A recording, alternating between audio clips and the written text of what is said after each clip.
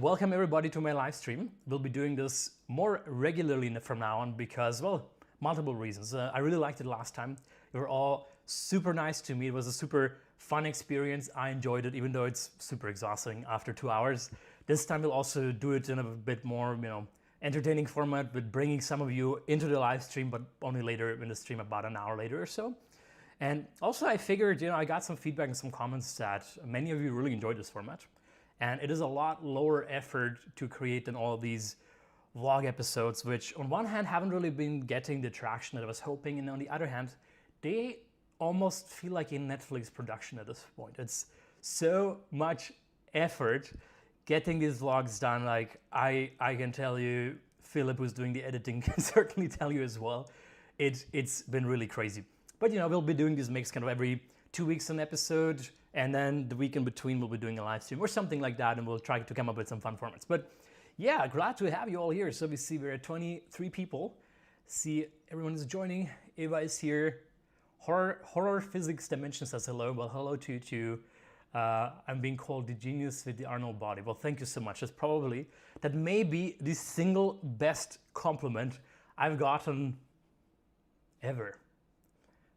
The genius with the Arnold body. Yeah, this is great. Thank you so much, Bensi, Sanad. Glad to have you all here. I'm excited to talk. Well, a lot of the topics will be discussed today. We can talk about startups and fitness primarily. Naturally, I'll give you also the chance to talk about other things later. I'll try to have a theme for each live stream, because if I go all over the place and answer all sorts of questions about all sorts of topics, then people who clicked into the live stream for something might get bored by seeing something else. So that's why we try to be a little bit more disciplined than like 3 years ago when I hosted the kind of last live stream in my old YouTube days. And there we just talked about literally everything, but that's great. Miguel, great having you here, man. And something else I want to do today, actually there's going to be a couple of exciting things. So first of all, I'm going to bring on some of you into the live stream. I'm going to blend in a little message right here for those who are just joining and are expecting to talk to me directly on Zoom or something like that. You will have the chance to do that. We'll do that, as I mentioned, later in the live stream. I will also show you the app. I'm really excited. We finally released the first beta version of the app. So this is not just an update. The very original version of the app was created by David, who's one of the YouTube viewers. And now we've been working, well, we just hired Marin full-time. He's actually, I think starting today is his first, so tomorrow, today is a Sunday. Tomorrow is his first official full-time day, which is super exciting. And even before starting full-time, well, he rebuilt an app from ground up, which means from now on there's gonna be so many new updates. I've been working really hard on the backend on the AI fitness coach. This is actually exciting. I think this is my very first time really building something myself from ground up. And it's like a coexisting project, the app itself and the AI agent, which are linked but also can live separately. But yeah, guys, super glad to have you here. And I'm sure this is gonna be a good live stream. This time I'm better prepared. I actually got a cooling device for my camera so it doesn't overheat. And also something you will see, we're streaming in a higher resolution, so we can go to 1080p. I was actually tempted to go to 4K and do like a 4K stream, but then I realized maybe that's a bit too risky to do, even though my internet should support it in theory. I don't want any glitches, but we'll slowly work our way up. I hope you enjoy this quality and all that stuff. So, guys, also we have this little poll here about who has hit the gym today. So let's see, 61% of you have been to the gym.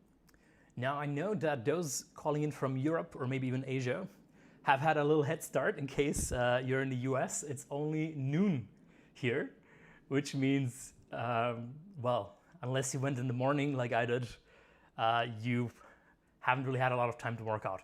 I did legs today. Gosh, it was brutal. Honestly, like yesterday, I don't know why. I couldn't fall asleep until like 3 in the morning.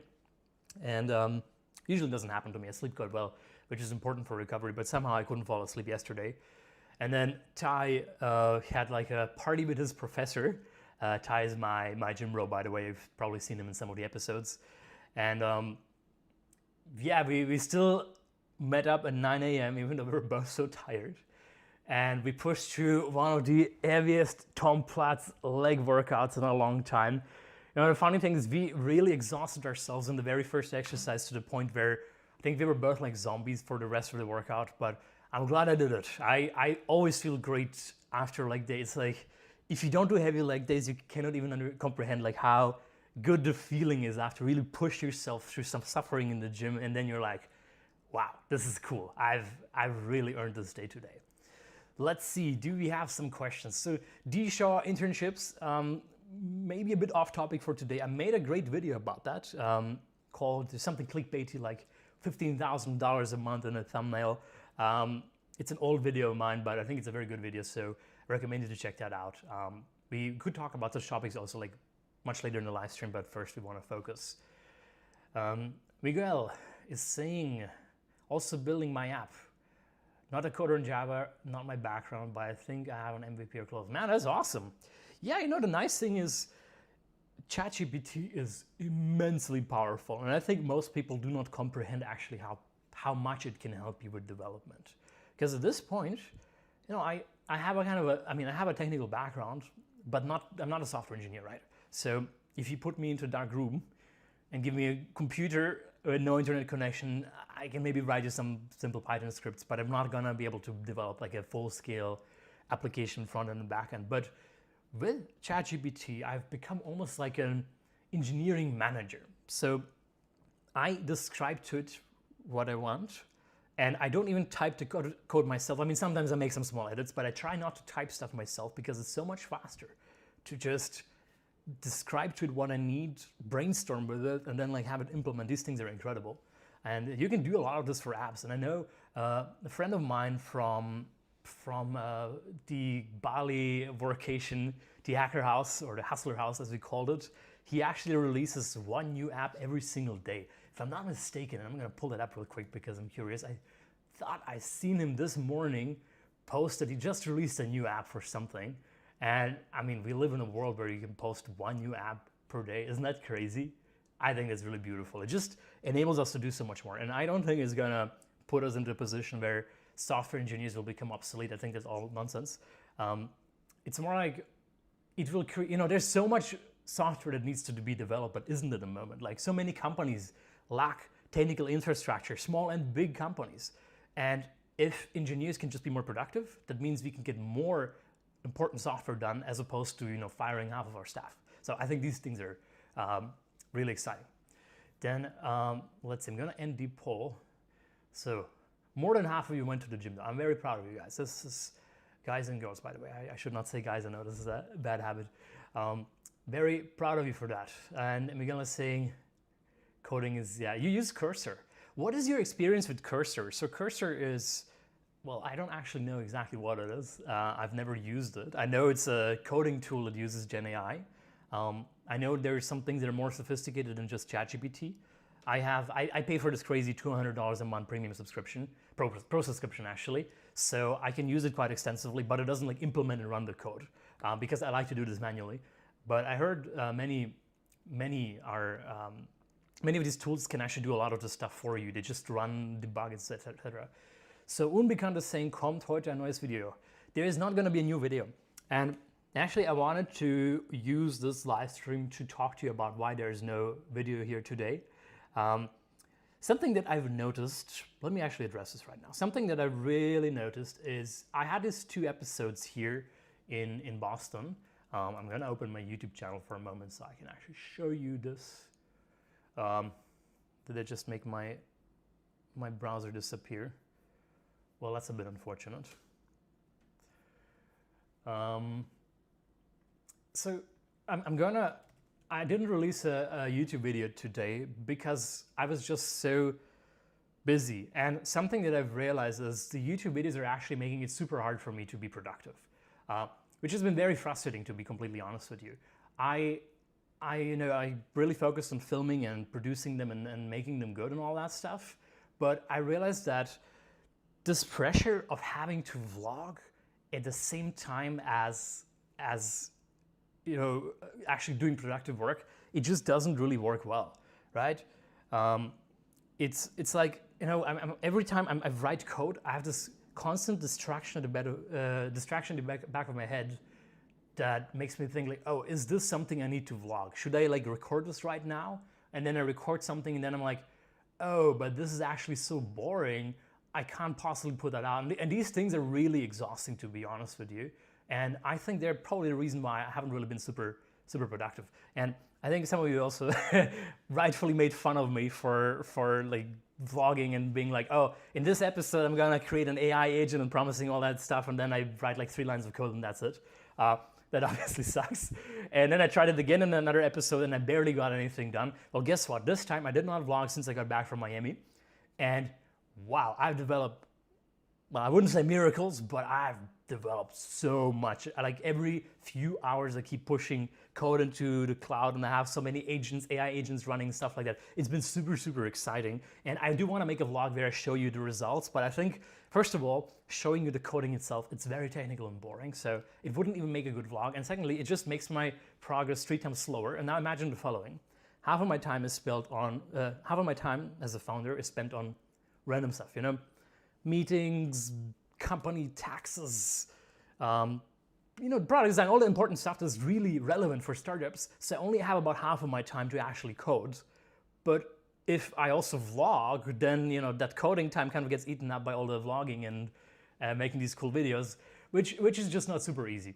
But yeah, something what I wanted to show you is I wanted to pull up my YouTube and then my browser crashed for a moment here. Let me see. So I should be a bit more advanced here. That should work. Am I having technical issues again? This is classic me, right? Voila. Okay, this is my actual screen. So I had these few episodes. I want to tell you a little bit something about these last few episodes. So the one in Miami, I think it's really I'm really proud of that episode. I think it's like it teaches you a lot. It shows you the real work that we do. We really put our heart and soul into that episode, but somehow like 3,300 views. Like, I don't know why it's not performing well. Maybe it was the initial title and thumbnail that didn't resonate well. Then this is, you know, I made it a bit more clickbaity here and I got a lot of negative comments like, why do you need to mention MIT for this? I mean, but look at the views, right? It's arguably just not a better video than this one, but it got more views just because of the clickbaity title, which is always a bit of a, I hate clickbait, you know, that's something I don't like about YouTube is always having to think about these clickbaity titles and thumbnails, but unfortunately, without that, it just isn't gonna work. And yeah, these are the 2 episodes really that I was talking about where I tried to code and do all these things at the same time and I wasn't really getting anything done. But yeah, as I promised, there is gonna be actual content still happening very soon. So I missed a lot of questions here with me just yapping. Why is the gym, okay, by the way, Nati, thank you so much for asking questions that are on topic. Let's actually start with the Q&A part, because I know this is what you came for here. You want to ask questions, and then later we're going to have invite a few of you to actually join. So, why is the gym important to you? Sorry, I need to zoom in a little bit because my screen is actually quite far away, so I can't really read your questions that far away. Let me do this again. Oh, probably meant, okay, why is the gym more important to me than for the average gym enjoyer? You know, there are a few reasons. I think I really got into the gym during the pandemic. It was kind of a sad time during my life, right? I had just started at Harvard moved here February 14, that's Valentine's Day 2020. Just as the pandemic was breaking out. And it was the most amazing experience of my life, right? I arrived here. I've been dreaming about this and working towards coming here to Harvard and MIT for really like, since I learned about MIT.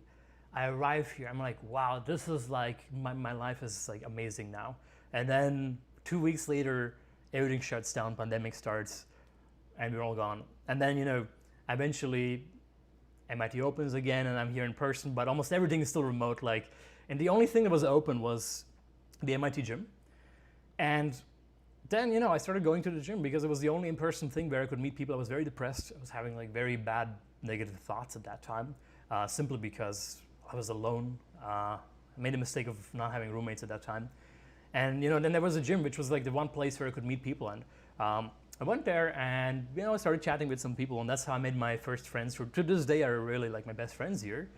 And yeah, it just became like almost a social thing. And then with that came this whole, I want to look amazing, I want to have big muscles, and this kind of obsession, probably tied to body dysmorphia a little bit to some extent. But as long as you channel the body dysmorphia to help you push harder and become the better version of yourself, and not spiral into some negative thoughts, I guess it's not the worst thing, right? Then we have an interesting quote here from AI with Alex. Never half two things, whole as one thing. Ron Swanson. I didn't realize it was a quote from him. This is really true. And it's kind of the story of my life. I've been doing so many things like halfway instead of really focusing on some things. The only things that have really like focused down like full on was physics Olympiads and math Olympiads back in high school, which has got me really far. Since then I've been kind of all over the place. But these things do happen. Nati says, I peeped you in a mirror at the MIT gym before. Oh, you're here. I didn't realize that you're here at the MIT gym. Well, you should stop and say hi if you see me next time. Just mention that that you met me in a live stream, or well, we didn't actually meet me, but we chatted in a live stream. Maybe you can, if you want to. And by the way, this goes for all of you. Later, we'll bring on some people via Zoom, so you can actually talk to me face to face. And I think it's going to make the live stream a bit more entertaining than just me having monologues. It's actually funny, something that I didn't realize is there's a very high concentration of my viewers at 3 different spots. The first one is obviously here in Cambridge where I live. So very often, especially like early in the year, I have a lot of people stopping me on the street and being like, hey, are you Samuel Bosch? I watched your videos, which makes me super happy. I always love doing that, and people taking selfies with me. It makes me feel like I'm a celebrity, even though I'm not really. And actually, let me briefly show you this.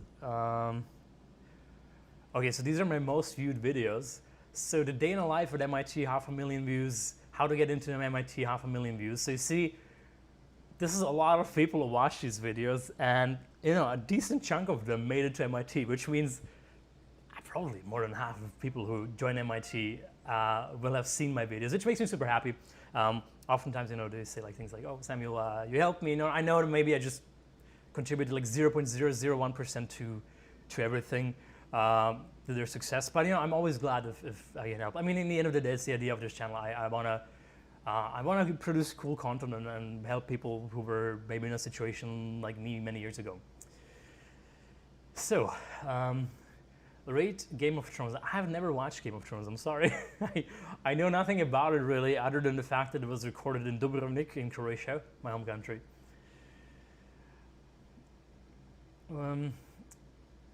Then we have,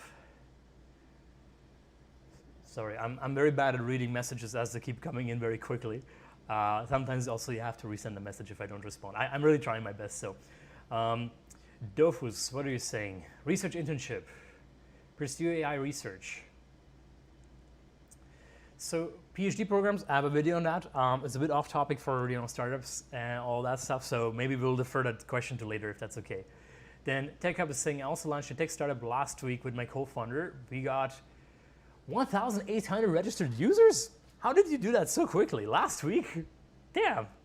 You should teach me some tricks. I don't have that many registered users. And I'm supposed to be the startup guy. Like you should be the one hosting the live stream about how to start startups, not me.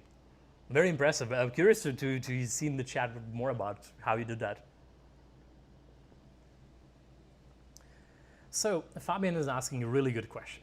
Any tips on diving into the startup ecosystem as a high school student? As you may know, I started my very first company in, I think it was summer 2020. So during the pandemic. And I kind of got tricked into it by my well-known co-founder, Alexander, still one of my best friends. And I never thought about it. I mean, the reason why I never thought about it is not because startups are a bad thing, on the very contrary. I was just living in a world where startups were not a thing, which is a bit sad. I grew up in Croatia, never met anyone there who started a startup. It was like this far away mystical thing that I just had no connection to and like no idea how one would ever start that thing. And I wish I had known this, honestly, because I love startups, and if I had known about this much earlier, I would have had a head start.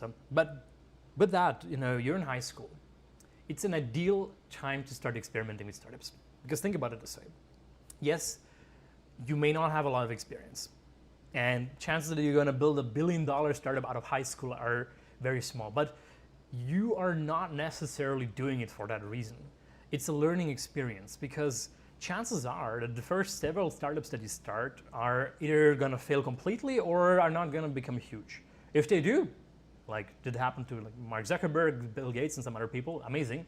But if they don't, it's not a bad thing, because it's about learning. Think about startups is the best business school that you can have. Like, you can pay $200,000 for a 2-year MBA here at Harvard, which is nice. You get a nice network. But what you can also do is just say, okay, I'm in high school, I have nothing to lose, really. I don't have a family to feed, I don't have a mortgage to pay off for my house. Just do it. It's a learning experience. You will learn, I can tell you, in the first 2 months of starting my startup, I probably have learned more than ever before in my life. It was eye-opening. I was like, wow, I have just entered this new world, and within 2 months I've gotten so deeply immersed into it just because I tried. And I encourage you to do the same. You're in high school, go for it. Try something. Doesn't matter. You don't wait for a great idea. Most ideas are bad anyways, right? What matters is more like the idea space. I kind of keep preaching that in all of my videos. It's like an idea is just a starting point. You need to be in a good idea space and keep pivoting around until you find something good, if you ever do. And it's even happening with KEEPON, right? Jeremy and I kind of talked about switching directions a little bit in the last video. If you watched the episode, I think it's been episode 13 at this point. These things happen all the time. My previous startup, my very same thing. We started off called Case Minds, looking into case law until we realized it's not really a novel thing. And then we ended up switching into due diligence and M&A and VC. So it just took some time. It took a couple of months, and that doesn't mean we should have waited for the ideal idea. It was just some time we took to figure out things, right? I've been yapping a lot, so let me catch up on all the cool questions here. So we were Fabian's questions about starting startups in high school. Let's take a gym question. How to maintain gym and study. The beautiful thing about going to the gym, if there's something you take away from this call, I really want you to take this away. It doesn't matter if you're like gym freaks or not. You don't need to spend a lot of time in the gym. It's not like, if you want to become a professional soccer player, you will be training every day for the whole day, because you can train a lot of hours. There's like a lot of skills and a lot of things that you need to practice all day. There's a lot of time that you need to invest.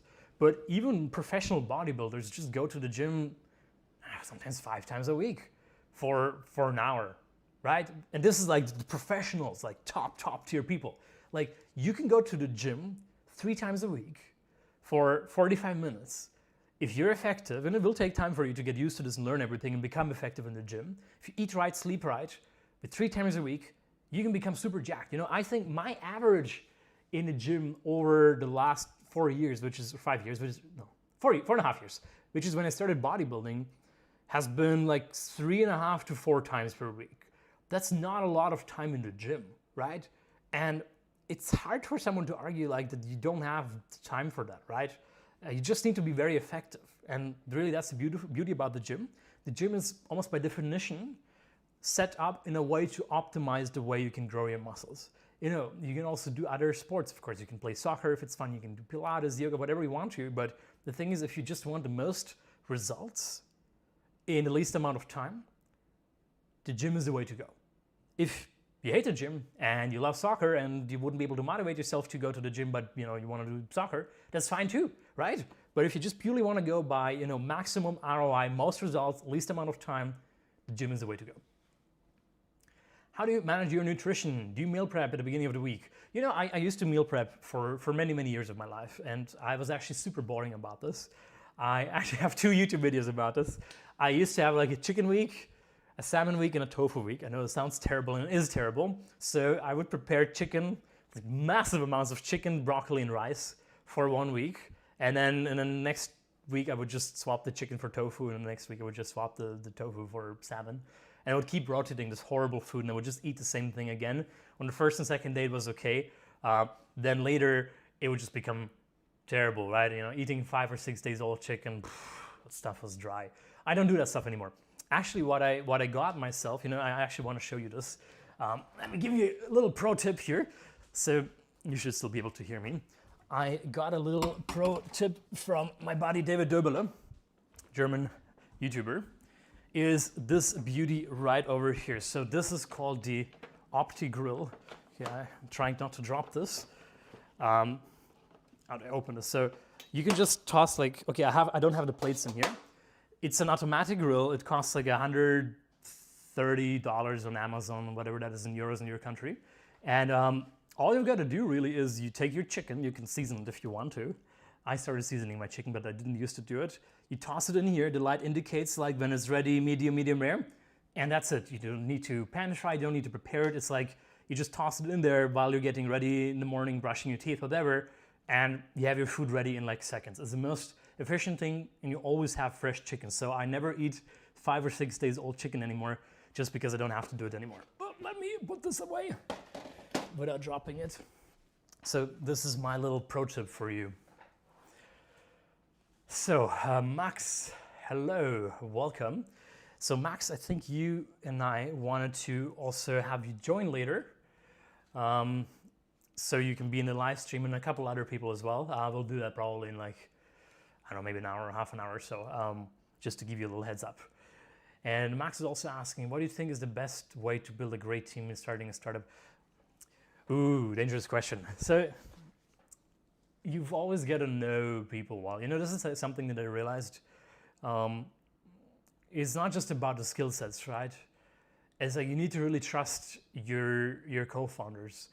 And I read some tweets from an investor a couple of days ago, and I don't remember the exact numbers, but essentially he was arguing, it's a very controversial opinion, that solo founders are more successful than like you know, co-founders, simply because even though solo founders may have a small disadvantage of just being one person, there's so many startups that fail because of co-founder fallouts. So he was arguing that actually the benefit of having multiple founders is outbalanced by the downside of co-founder conflicts.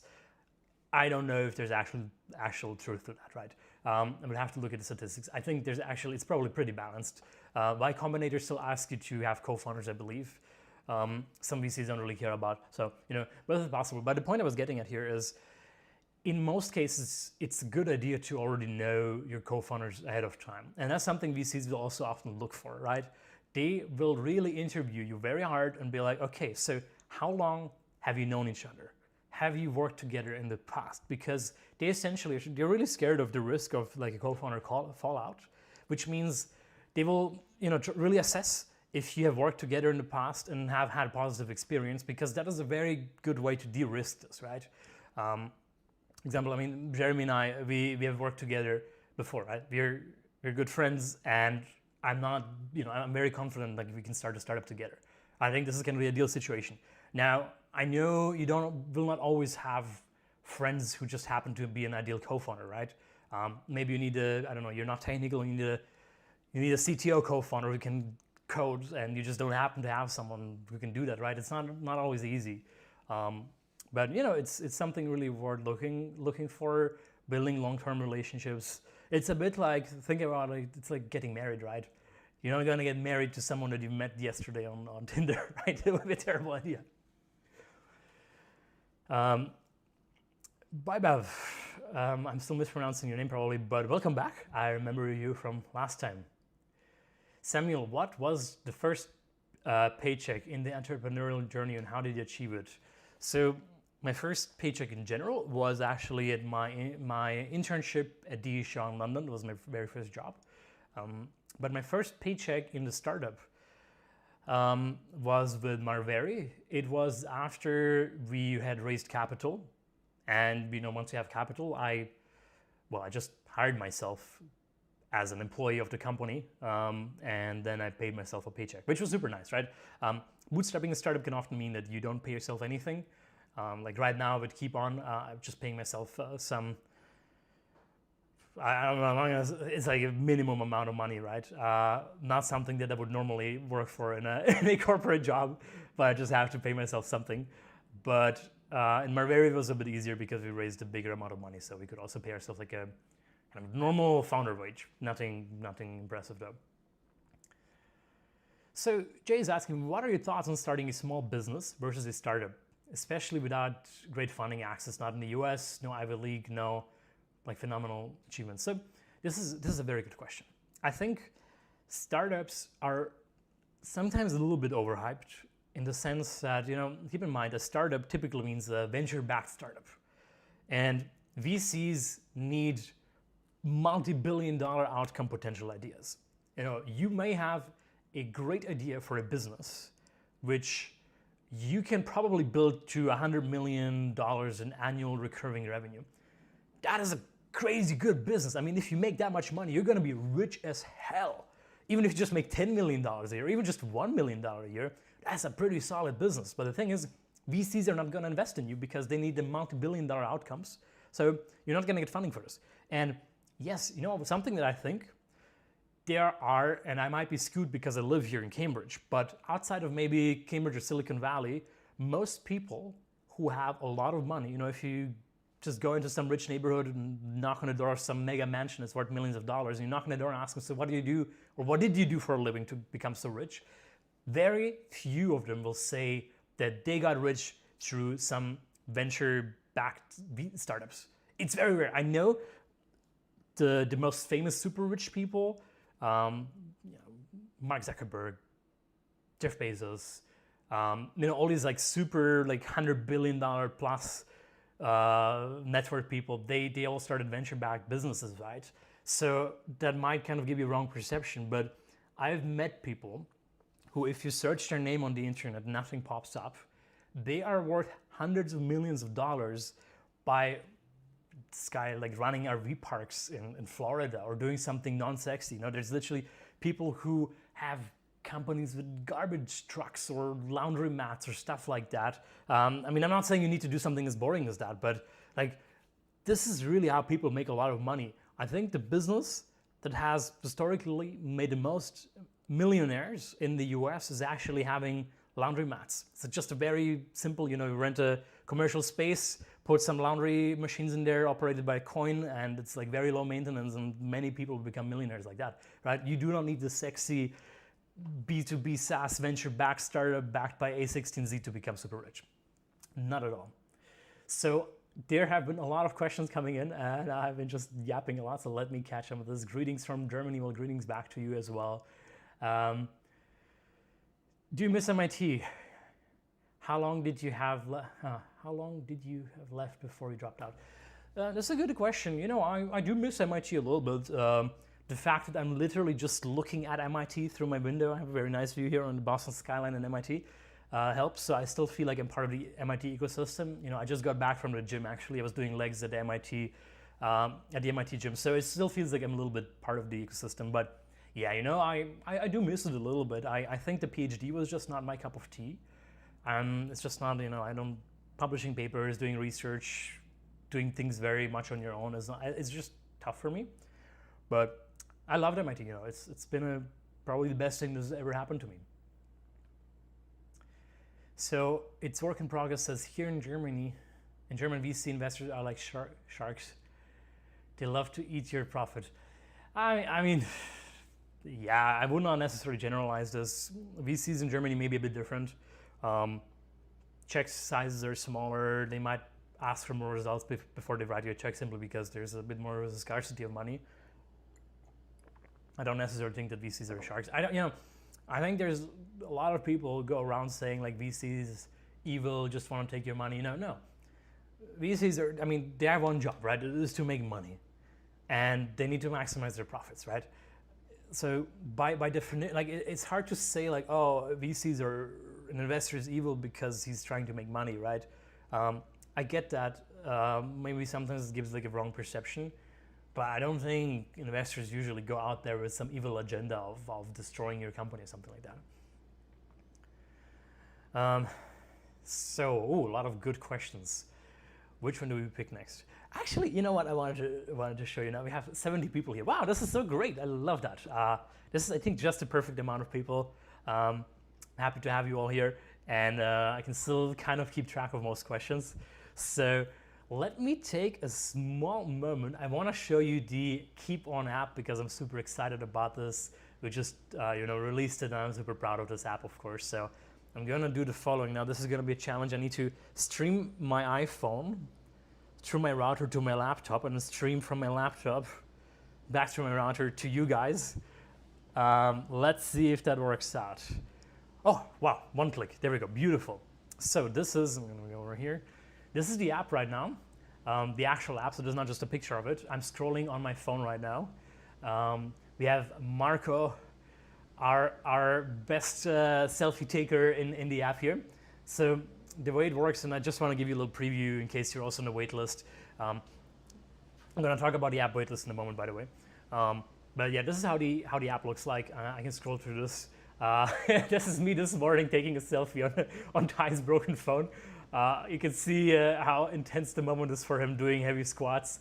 And I was also warming up. You have Jeremy here. It's currently a very simple app. You have people from really everywhere. Here's Jeremy's wife, Marissa. We have people from all around the world on the app, which is super exciting. And this looks very simple still, and it is. This is my profile, by the way. Let me see if I can scroll through this. Yeah, you can see my past posts. You can see that I've been consistent for 9 weeks straight, which I'm super excited about. But yeah, the app is very simple, but the AI coach is really the powerful part of it. So it will be, and this is kind of a new thing, right? It used to be always that the way you use an app is by just clicking buttons in it. But we want to change this fundamentally. So there will be an AI agent system that is on the back end connected to the app, that lives outside of the app, that you can talk to, can be your actual fitness coach. You can call it, it can give you quality fitness advice. It will be like a personal trainer without having to pay for the personal trainer. And it will be linked to the app. So when you, okay, I don't want to pull up my personal messages right now because I'm live. And there's always a risk of like something personal slipping in there, and then I get canceled. No, just kidding. But essentially, like it holds you accountable to your workouts. It sends you messages whenever you work out, whenever you don't work out. It holds you, makes you sure you're on track, and just gives you overall a great guidance. And then really, what I want to do here is I want to enable people who maybe are not regular in the gym, who maybe don't have access to your top tier personal trainer or something like that, to really get access to this with just a software subscription. And I'm super excited. Duolingo enabled people to learn languages, and I want to enable people to be fit, to really be healthy, to live a good life, to feel good. And I think this is just something that is so important to me.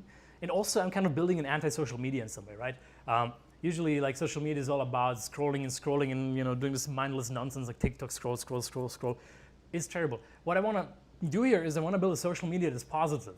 So instead of the social media being about you showing off your fancy pictures, like I'm showing my co-founder Jeremy in Miami right now, so that might be not the best example. Let's pick a boring one. Let's go back to me doing squats. So here, nothing fancy. Instead of you earning your bragging rights on social media by having all these fancy pictures in the Maldives and look at me, I'm so fancy. Instead of this, your bragging rights are these numbers over here. So it is how many weeks in a row you've been consistent, how many workouts you've done this week. So you can see I've actually done 4, well, actually 5 out of 4. But right now the app only shows the maximum, like my target. And essentially it's a positive social media where your status is essentially tied to how regular you were in the gym. And now imagine if this is really like what we go forward for, just having everything be about like showing that you've been consistent, you've been eating well, you've been sleeping well. All these things are values that are not really embraced on social media.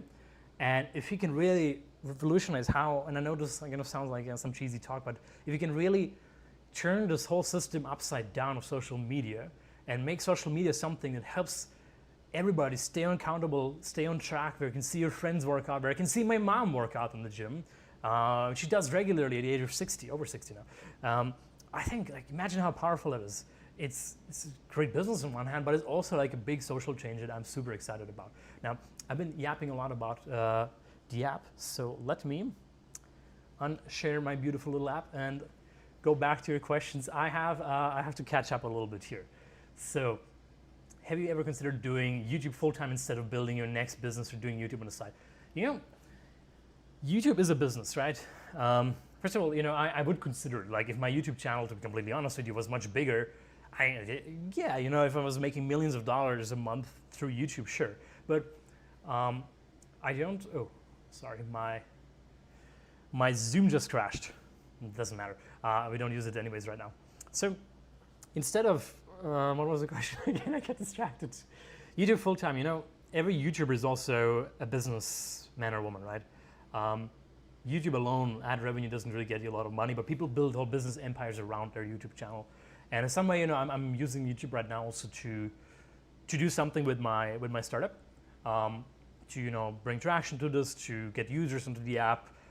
It's kind of a win-win situation, right? I'm not making a lot of money through YouTube. Like I'm making almost nothing right now. I'm even using copyrighted music in the videos, so I make exactly $0 in ad revenue, which is totally fine. Like I wasn't making much money on YouTube either. So, yeah, I hope this answers the question. And also something to keep in mind, if I was just doing YouTube full-time, I mean, would you really want to watch my YouTube videos? Because I think you watch my YouTube videos because, you know, the cool stuff I did at MIT, the math science competitions, the startups and all that stuff. But would it really be that interesting to you if I only did YouTube full-time? I mean, then I would be just a YouTuber. There's nothing wrong with that, but I wonder if people would want to watch my videos. So, do you plan on keep being a founder in long term? Would you see yourself joining an existing company? You know, I could imagine it at some point, right? It's not like a never say never. I think I enjoy being a founder at the moment, especially since stakes are much lower. You know, I don't have kids, I don't have family and all these things to worry about, so that makes it a lot easier. But yeah, in the future, you know, I could well imagine that for sure.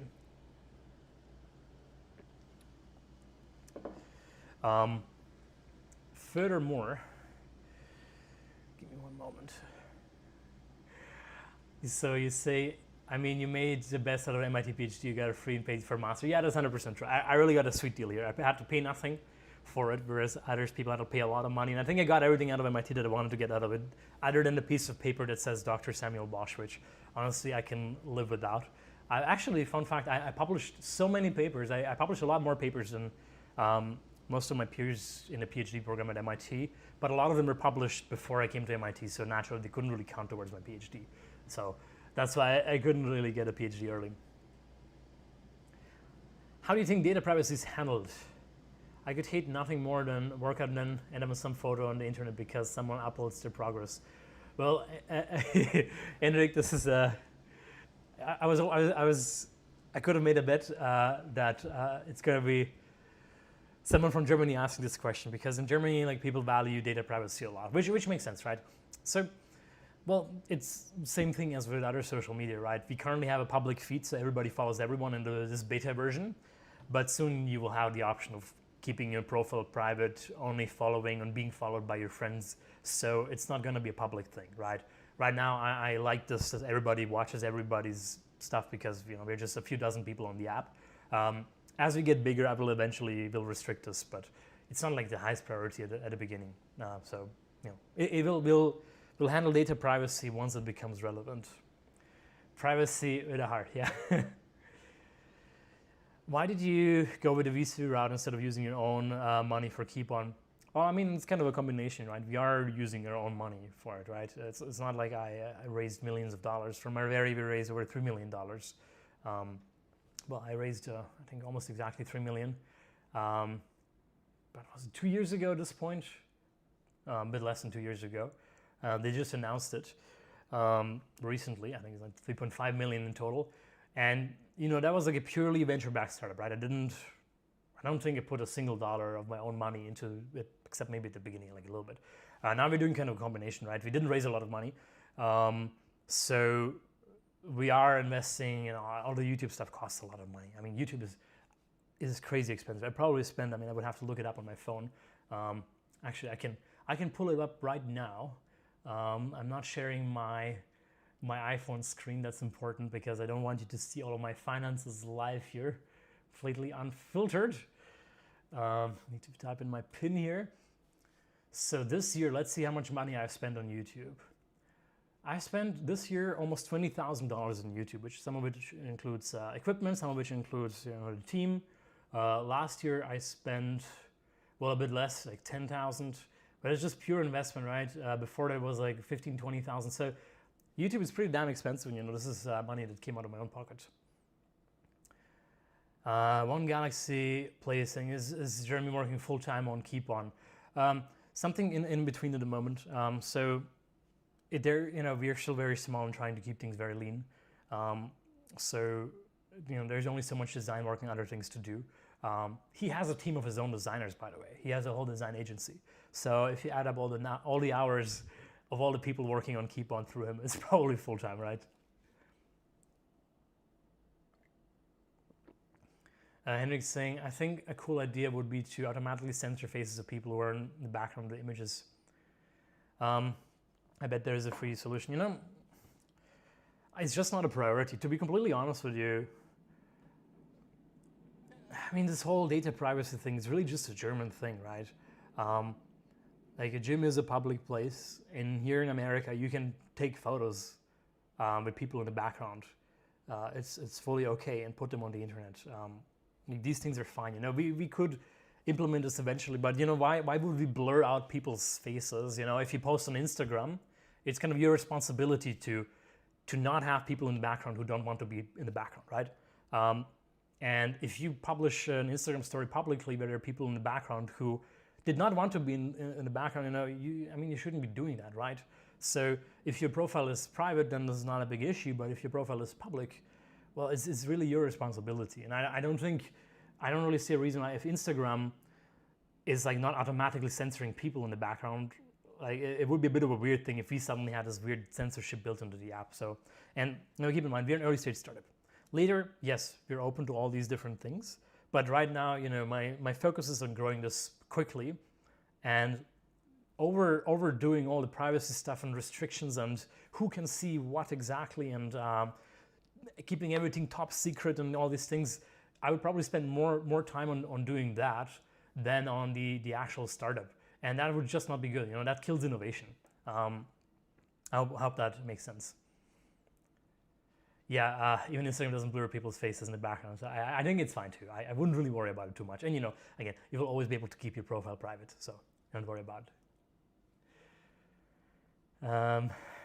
Other questions? What would you spend most of your time on if you were an undergraduate student again? Getting good grades, building a startup, getting a job. Honestly, this is a tough one, right? Some undergraduate degrees are really demanding, and unless you spend basically all of your time on your degree, you're not gonna pass, right? So if I were in a situation where I'm really struggling just to get by, I would probably make that my main focus.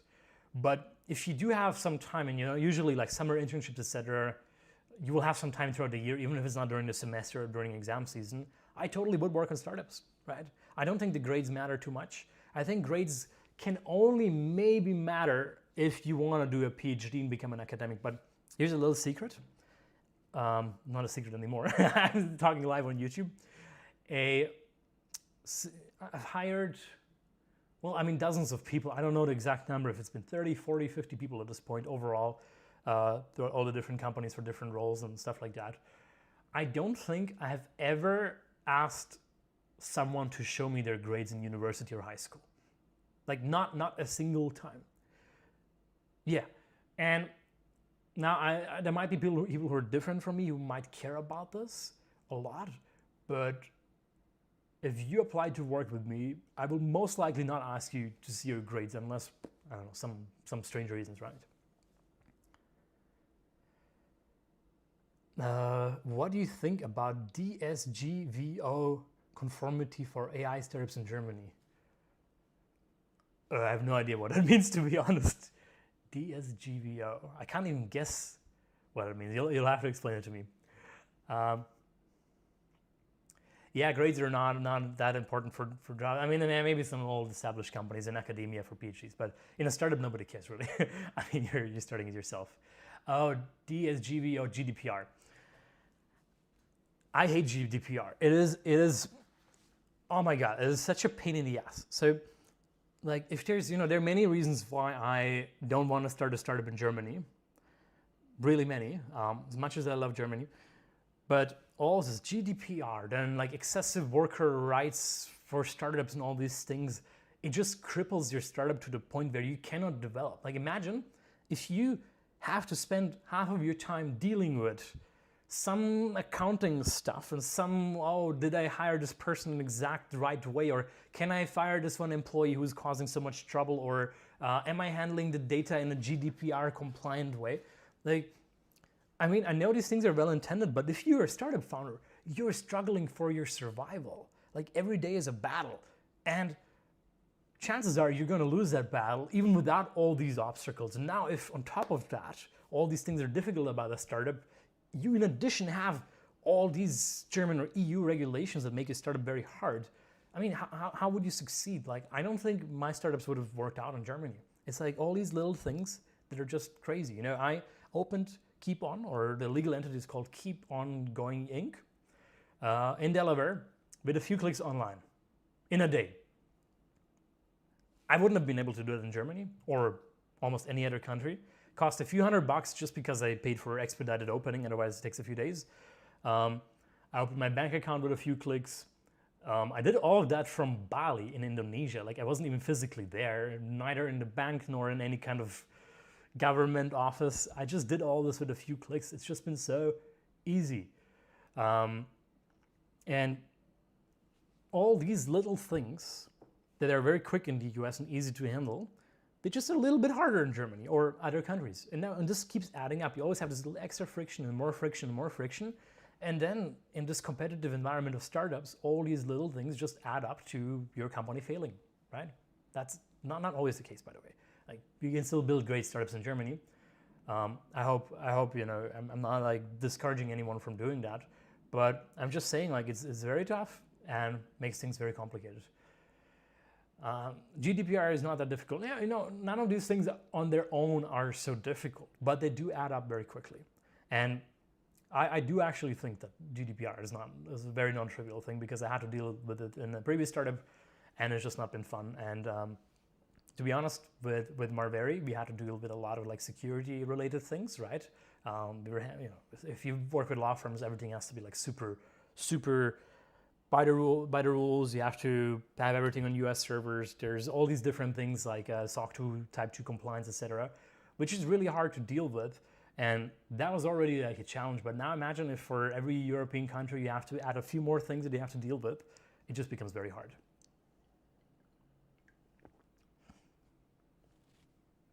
Then, yeah, I know we have a few people who are like defending GDPR here. Look, I get it.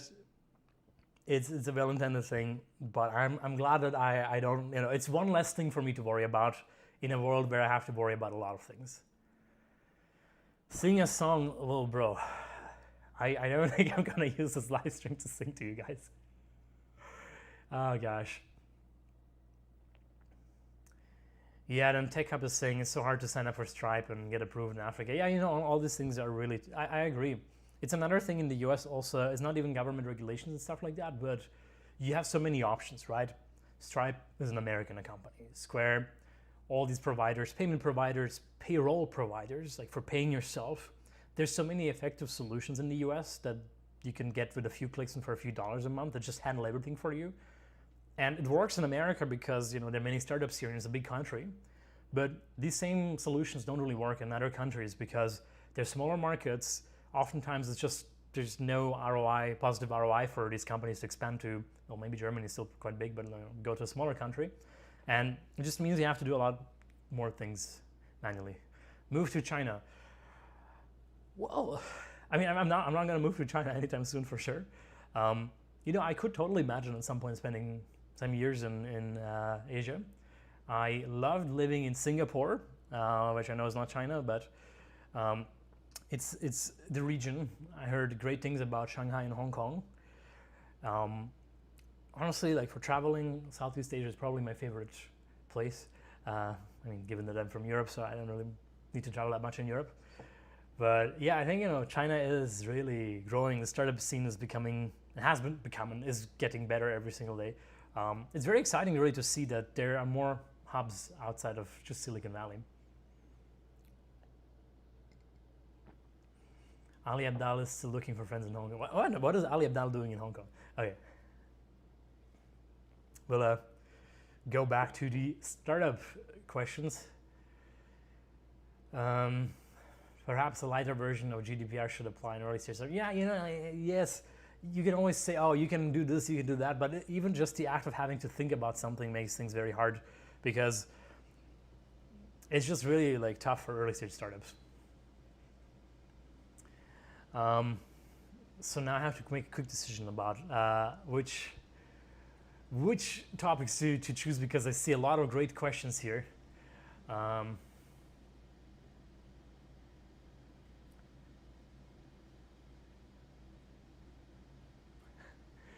Yeah, I see. We really like sticking to the GDPR topic here. Wait, Ali Abdal moved to Hong Kong. Well, that's very interesting. I would have never thought. Like, I mean, he's a British YouTuber, right? But I mean, I guess it's very fair, right? Hong Kong is it's a great city, right? I know the political situation has been tense over the last few years. But I don't think, a lot of expats left, by the way, from Hong Kong. I have friends from Hong Kong who really told me like it's become less international as it used to be, which is sad, right? I love international cities, and a lot of people have apparently just left, according to what I've heard from some friends. I hope I will have the chance to visit Hong Kong at some point. It seems like a great place. Oh, his wife is from Hong Kong. I didn't actually know that. So, this is a great question. Would you suggest first joining a startup and learning how startups work before starting your own? Both works, and I would just be opportunistic here. If you have an opportunity to start a cool startup yourself, go for it. Cool idea, cool team, whatever it is, go for it. If you have an opportunity to join an existing startup, it will be an amazing learning experience. The earlier stage, the better, by the way, because the later stage, it will feel more like a corporation. So I think, yeah, it really depends on the situation. I think many very successful startups have been founded by early founding engineers or employees of some other successful startups. There's saying the PayPal mafia, right? Many people who were part of PayPal early on went on to start many great startups later. And the same thing holds true for many big companies. Google, for example. Well, Google is no longer a startup, by the way, but like many of the people who were early in Google also started many successful startups later. So I think it's a great learning experience. And also it's a little bit less risky than building your own thing, because, well, you normally will get paid in a startup if you start working there and they have funding.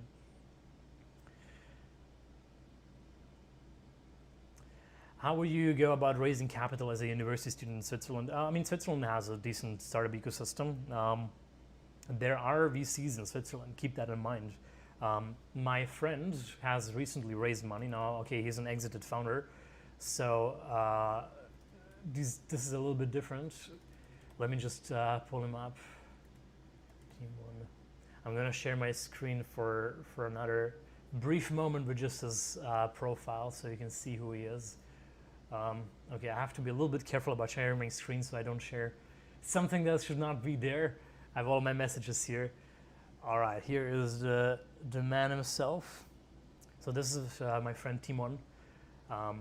He just started a new company called, I don't actually know how to pronounce it, it's just embarrassing. But yeah, I think he raised quite a bit of money with that startup, and he's based in Switzerland. So have a look at what VCs he raised from. I'm sure there are loads of them, right?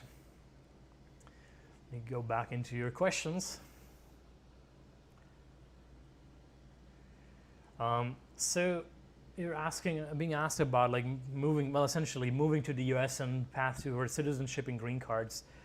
I recommend you to watch episode 13. So the last episode that I just posted, there Jeremy gives like an overview of how he did it and how founders and other people can move to America, get their visas and stuff like that. So I think it's probably going to be quite interesting for you to watch.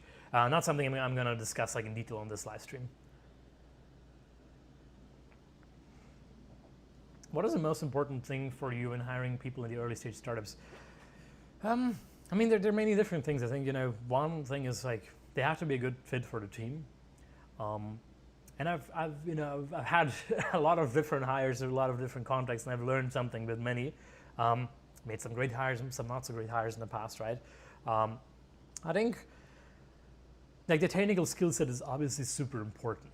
Like that actually matters, right? A great engineer can really build miracles for you, but they also have to be a good fit for the team, right?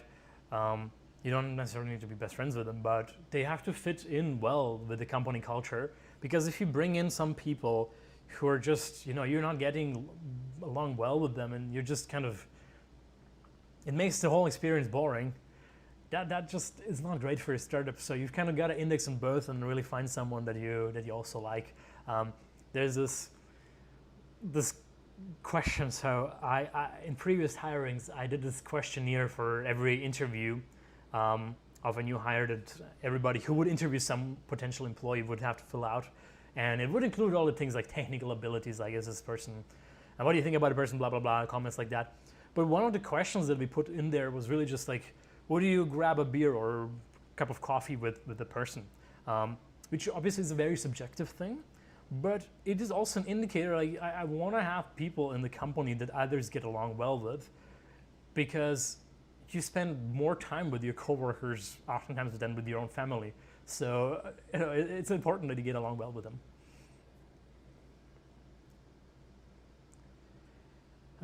So what do you think of the importance of finishing one's master's at EPFL?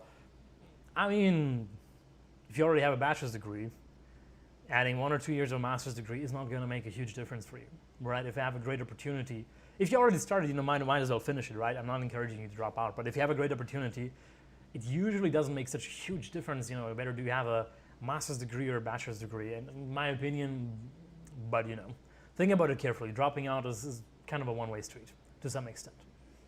So, Jazine Tech, I hope I'm pronouncing your name correctly. I'm building a deep tech B2B solo. Savings running out, no co-founder yet, funding slow, residency at risk.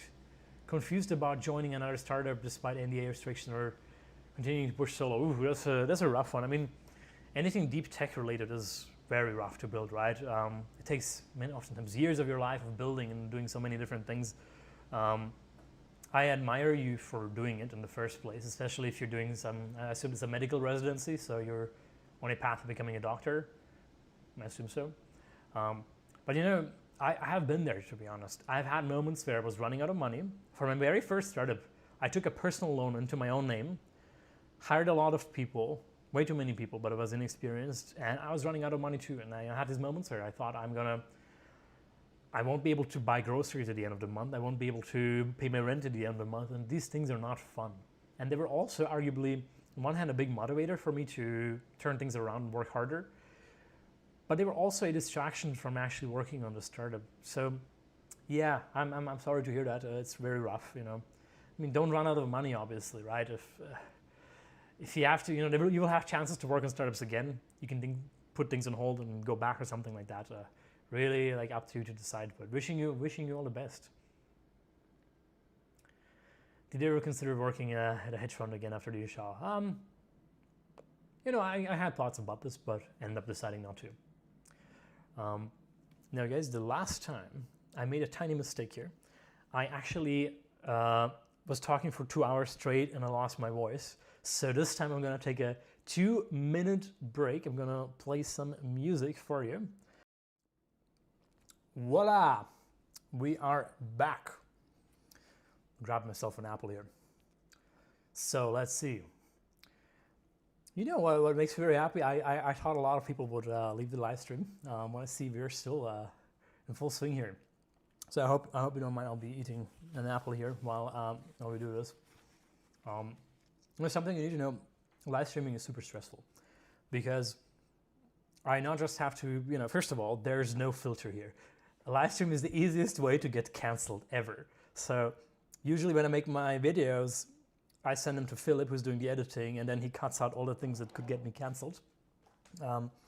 But right now we are live, so everything I say immediately goes out to the internet and can and will be used against me. So this is a very, very tricky one. Then there's all the technology that I need to worry about, like streaming internet, cameras not working, last time something overheated. And I'm doing right now, I'll be having like a Zoom session later. Actually, we should do this very soon now. It's already 1:10. So guys, you're gonna get ready for, I'm gonna blend this back in. Very soon we'll have some of you can join and chat with me directly. I'm excited for that. So yeah, this is stressful. And also keep in mind, it's not like a conversation, right? I have to just talk nonstop and also read everything at the same time. After the last live stream, I was just brain dead for hours afterwards. It was really exhausting.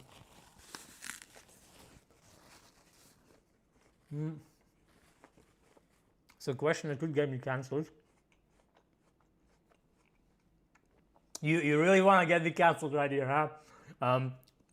What do you think about Trump revoking the diversity, equity, inclusion laws? Okay, and I need to think about how to say this in a way that I will not get cancelled for.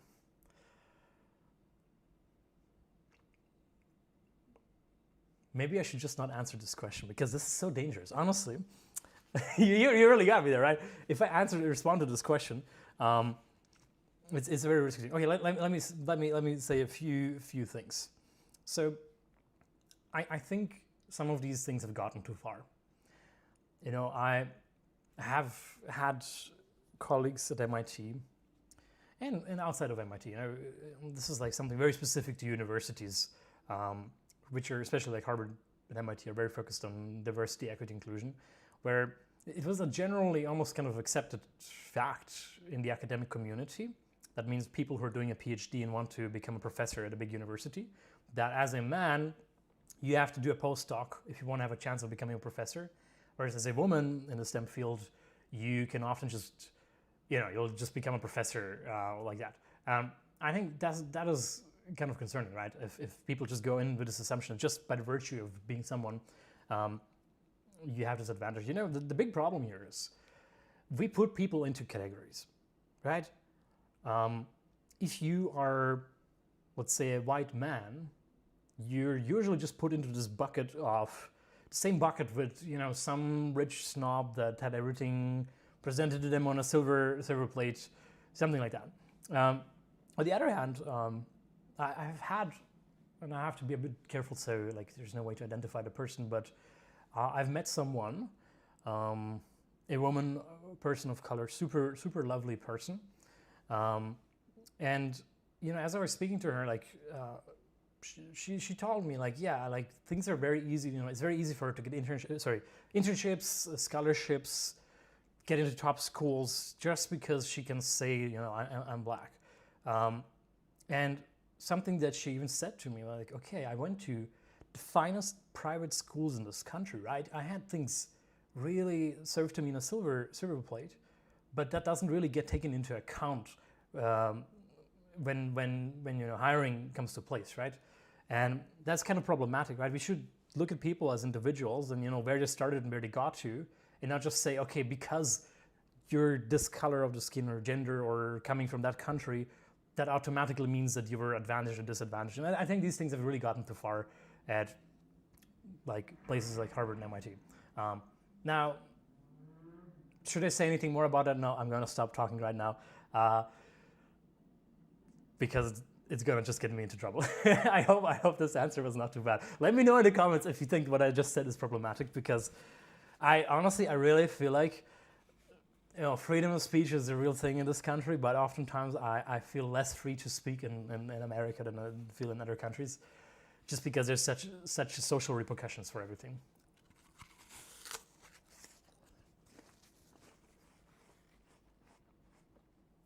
Okay, so Nicholas is saying, can you do an event and one can meet you? I really enjoyed the event at ETH Zurich.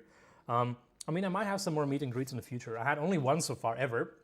That was at ETH Zurich. I might have one later this year in WHU, German Business School. I think these things are very fun, and I love doing it. There were a lot of people there. Definitely an enjoyable experience. But chaps, why don't we bring on some of you lovely people directly into this live stream, So what I'm gonna do here real quick, I'm gonna pull out my phone. I know some people already said that they would want to come. I'm gonna just pull up Instagram. Okay, let me just pull up my last. So Max Pensofa, are you still in the chat? Because I had messaged you. Let's see. Yes, you are still here. You here question mark. There we go. So I would love to have you on the live stream. Here's how we're gonna do this. Okay, I put in a Zoom link here. Now, please don't just jump into that. The Zoom link will not let you. Will put you in the waiting room. But what we're gonna do here is, let me just check. Okay, meeting room is enabled. You can. But once you're ready, you don't have to rush, or somebody else wants to go first. Hop into the Zoom. We're gonna do we'll try to keep it for a few minutes per person, one-on-one. We don't want to have too many people, otherwise it becomes chaotic. And you have the chance of talking to me directly. And you should also let me know here in the chat directly if you're interested in talking to me on camera. You'll have to include, since I can only see your usernames, you'll have to include some picture of who you are. So I know you're not an internet troll. These things are always a bit of a worry for me. Wanna join now? Okay, I'm gonna message Max. Sorry that I'm putting you on the spot, by the way. I know it's a bit stressful if nobody really knows when the moment will be to join the live call.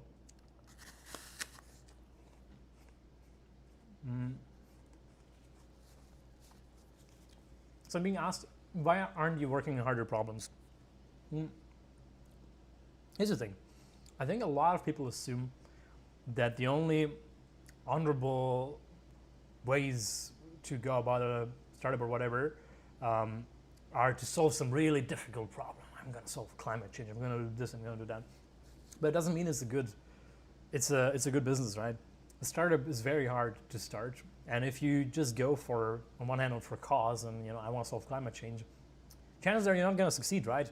If you do, amazing. But that's one thing. Now, probably you're also saying, okay, what I'm building is not I'm not building new large language models. I'm not innovating the newest technology. But you know what? That's not what business is about.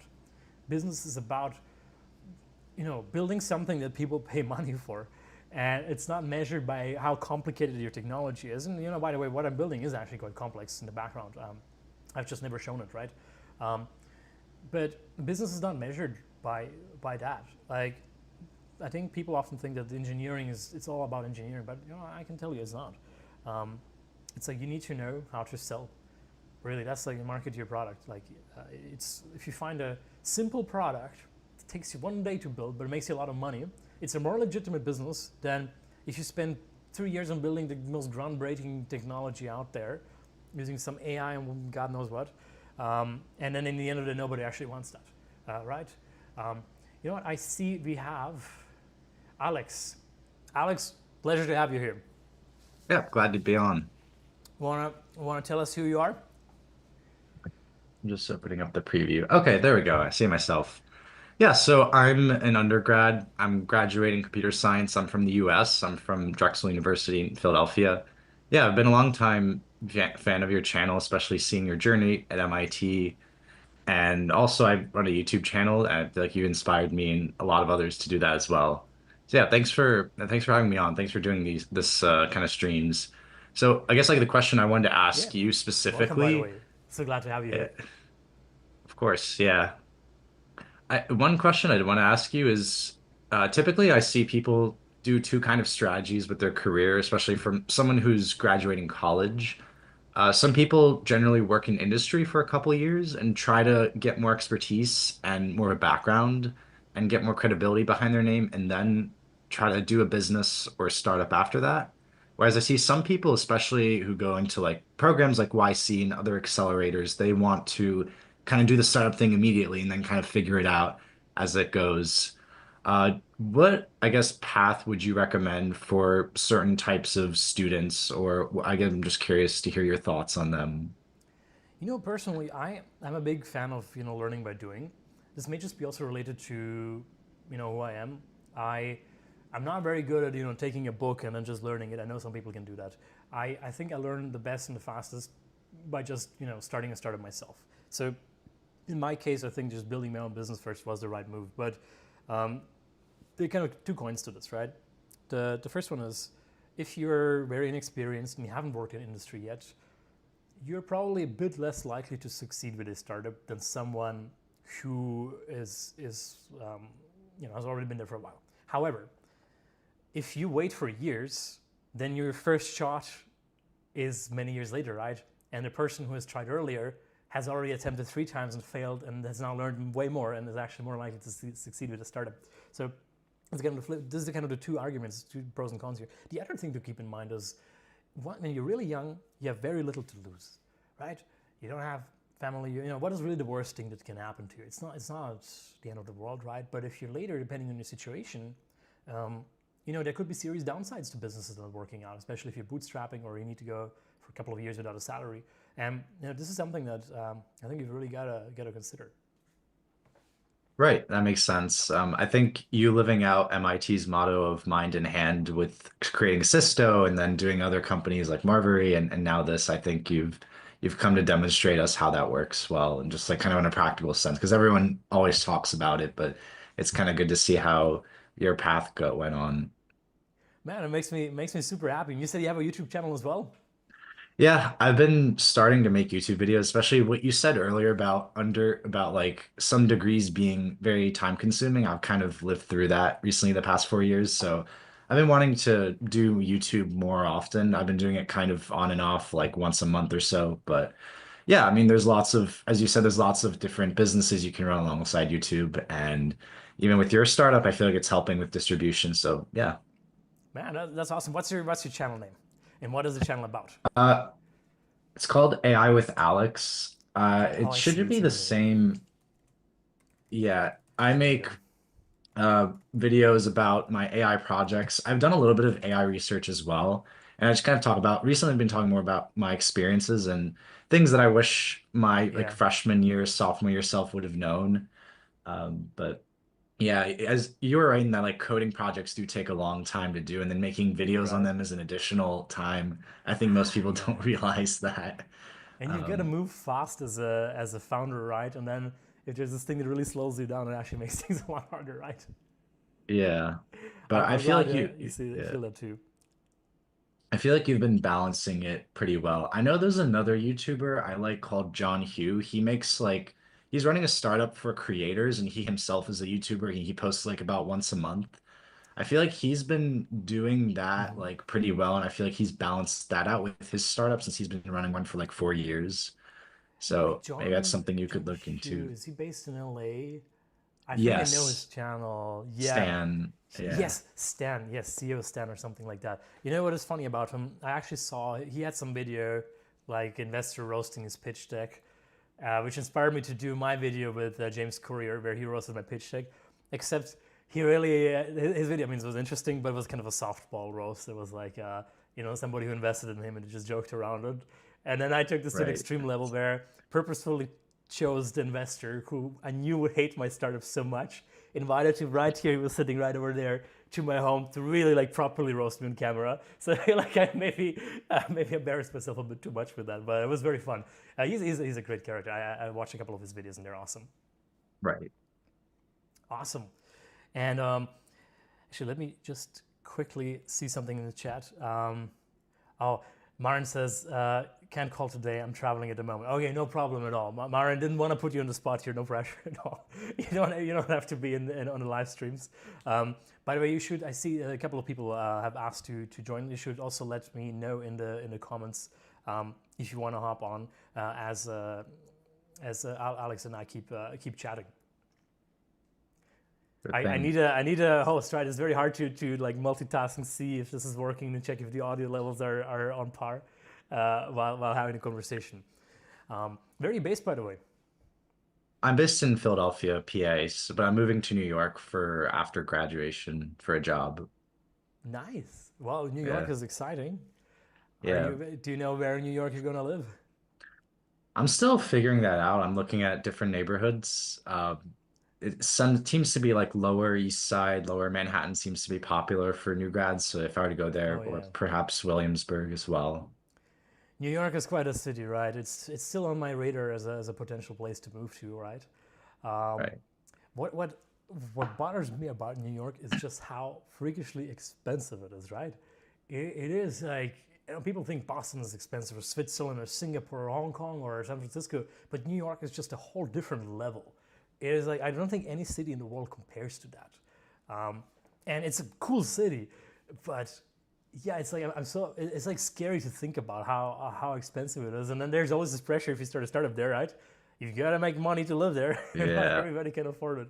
That's why it's a perfect city to move to when you're young. So I think you're Yeah. doing it at the right time. Um, Now is the easiest time to do it, right? Yeah, I feel like if you want to spend less than 3,000 a month, you're kind of and live in Manhattan, you're kind of going to live in a shoebox. That's pretty expected and it's yeah, very small quarters, but there's all sorts of opportunities there. Oh, for sure, for sure. Yeah, they've got to lower. Yeah, everybody who moves to New York has to lower their standards, because in New York, people are people. Everybody's usually poor, right? I But see we have. yeah. Oh, sorry. You want to say something? Yeah, out of like the US cities you've been to, is Cambridge your favorite you've been to so far, or would you consider moving somewhere else? Every city has a different personality, and I am almost certainly going to leave Cambridge. So the options right now for me are, and my lease here expires in this apartment, which by the way I love, and I love living here. It's an amazing city, but my lease expires at the end of August, and I will probably move to either New York, San Francisco, or well, Miami, maybe temporarily. So I think these three cities are on the radar for me. And I don't think I'm going to leave the US yet, or maybe I don't know if I'm going to leave the US ever, but for now, these are kind of my places to think about. So there are pros and cons to everything. Like New York is great. San Francisco is the startup capital of the world. So that's something to also consider. I see we have, so Alex, I'm gonna let someone else in as well, just so to make sure we have it a bit balanced. But it was a Of real course. pleasure having you on the channel. Yeah, nice to meet you. And yeah, definitely keep posting, keep continuing to inspire college students and do everything you do. You definitely inspired all of us. But yeah, keep making videos. Right. Best of luck. Take care. Best of luck. See you, Sam. See you. Once you're ready, we're gonna do it live. Okay, I'm ready. I'm ready. All right, wait. Now give me one moment to switch over. Ladies and gentlemen, we have Marcos here. Marcos, it's a pleasure having you. Hi, everyone. How are you doing? Good? You wanna tell us a bit more about yourself? Oh, yeah, let me introduce myself. So, I'm from Brazil. So, you guys probably can like hear my accent, like a Brazilian accent, probably. I'm It sounds currently doing smooth. my bachelor. Yeah, I'm currently doing my bachelor's in Brazil. I'm studying computer engineering, but to be honest, now I'm in Germany. I'm working as a research assistant at Max Planck Institute for Security and Privacy. So I work Wow. with cybersecurity. Yes, I was a little bit scared to join the live because I saw that the topic was like a little bit different. I mean, like I'm not into fitness, and also I don't have a startup, so. But Man, you're a positive person, and I'm already excited to talk to you, just by the vibes you got from you for the first few seconds. Man, by the way, Max Planck Institute, for those who don't know, is one of the most well-respected, prestigious research institutions in the world. Based in Germany, have multiple locations. Have won, I think, many Nobel prizes and done some amazing work. So, very impressive that you moved from Brazil to Germany. How do you like living in Germany? What are Germans like? okay, Germany is super cool. It's a little bit different for me. I did like an exchange program in United States, super close to DC. I was living in Fairfax. It's like in Virginia, and it's very different. I think I am living Bochum. I don't know if you know Bochum. I know I that know Bochum. you know Bochum. Okay, so it's like a very small city, but I really like this place. I mean, the metro system. Some Germans they don't like the metro system, but I love that. That is awesome. Yeah, metro systems or public transport in Europe is quite surprising to many people how well it works, even though I know everybody in Germany likes talking about how bad it is, but compared to many other countries, it's actually quite amazing. Yes, but especially Max Planck is like an amazing place. You find a lot of very smart people working there. And yeah, I really like Germany, and I'm enjoying a lot this experience here. Well, that's awesome. Did you ever think about starting a startup? Yes. So this is like a question that I wanted to ask you because I know that you have like this video talking about your experience with research. You said that you started your PhD at MIT, but then you dropped out. And I wanted to know if talking about this undergrad experience, if it's smart for us, it's good for an undergrad student to stay in this scientific environment while you are doing your bachelor's, or if you think it's better to do like an internship at a startup, for example, if you want to start a business after your bachelor's. Definitely startup. The thing is, research really doesn't really add that much value for startups. I've done a lot of internships, and they all used to be in the academic space, and they were hugely helpful for academia, really. I learned a lot, and you always learn something that's useful, but I don't think they were advancing my career much in the direction of business and startups. They were advancing my career into getting into MIT, which was an amazing thing, right? And at that time, I thought this was the one and only thing I want to do in my life. But yeah, later on, I realized, I wish I had done some more other things. And I'm actually so glad that I did the one internship at D. Shaw at the hedge fund, because that was truly eye-opening for me. And I recommend everyone to try it at least, just so you've seen something other than academia. I think it's very valuable. Yes, I kind of agree with you, but at the same time, I think like these research internships, they opened my mind in a way. For example, I would never have like this experience to travel abroad if I was like doing an internship in Brazil, like at a Yeah. startup or something. So at the same time, that I think it limits the way that you see like the world in a way that you cannot like work at a startup or something. At the same time, you are traveling, you are like going to conferences. So I think it's also like an amazing opportunity. For sure, like especially if it enabled you to go to Germany. I think, having grown up in Croatia, a country where I just didn't want to stay long term, many of these internships for me were more like an opportunity to go to a different country, which was like, just immensely valuable to me, right? And for you, if you're from Brazil and now have this chance to live in Germany, which is a cool country, it's definitely very exciting. I'm very excited for you. Yes. So thanks. That was my question. Basically, I don't know if you have like a very long list of people who want to talk with you. So I see we have a few people in the waiting room, so I'm gonna hop back into the regular stream. And but thank you so much for being part of it. It was super exciting having you here. Wishing you best of okay, luck. And thank much fun. you. Thank you, Thank mate. you. Bye bye. So, I see there's still a lot of people who want to join. We have Rageb Amen. Do you want to introduce yourself here for a moment? I always have to be a bit careful before I admit someone into the Zoom meeting room, just because me, please, I want Omar. So Omar, I think, do you want to? Oh, Jeremy's here too. Actually, Jeremy, do you want to join live spontaneously? No pressure if you're not ready. I'm putting you on the spot here. But if you do want to, we can chat about the startup a little bit. We can always do these things spontaneously, right? Or if you need a little bit more time, I see Omar is also still here, so maybe we'll give Omar a chance to chat for a couple of minutes, and then if you feel like it, you can join as well. So, Omar, I'm going to admit you. You will be here. You will be here in a moment. Okay. And I see Jeremy also messaged. So Jeremy, we'll have you on in a moment. Hello, Omar. guys. What's Okay, up? Omar, you're you not hear live me? yet. You're not live yet. Give me 1 second. Boom. There we go. Now you're live. Okay. Hey, guys. Hello. I'm How are you Omar, doing, Omar? 17, from Azerbaijan. Great. What about you? Kind That of is nervous awesome. right now. Shouldn't be. Is this your first live stream ever? Yeah. It's first, Well, like, The good thing I is I'm not don't. a huge YouTuber, so they're not like millions of people watching it. So don't worry, it's like just a room of people. Okay, okay.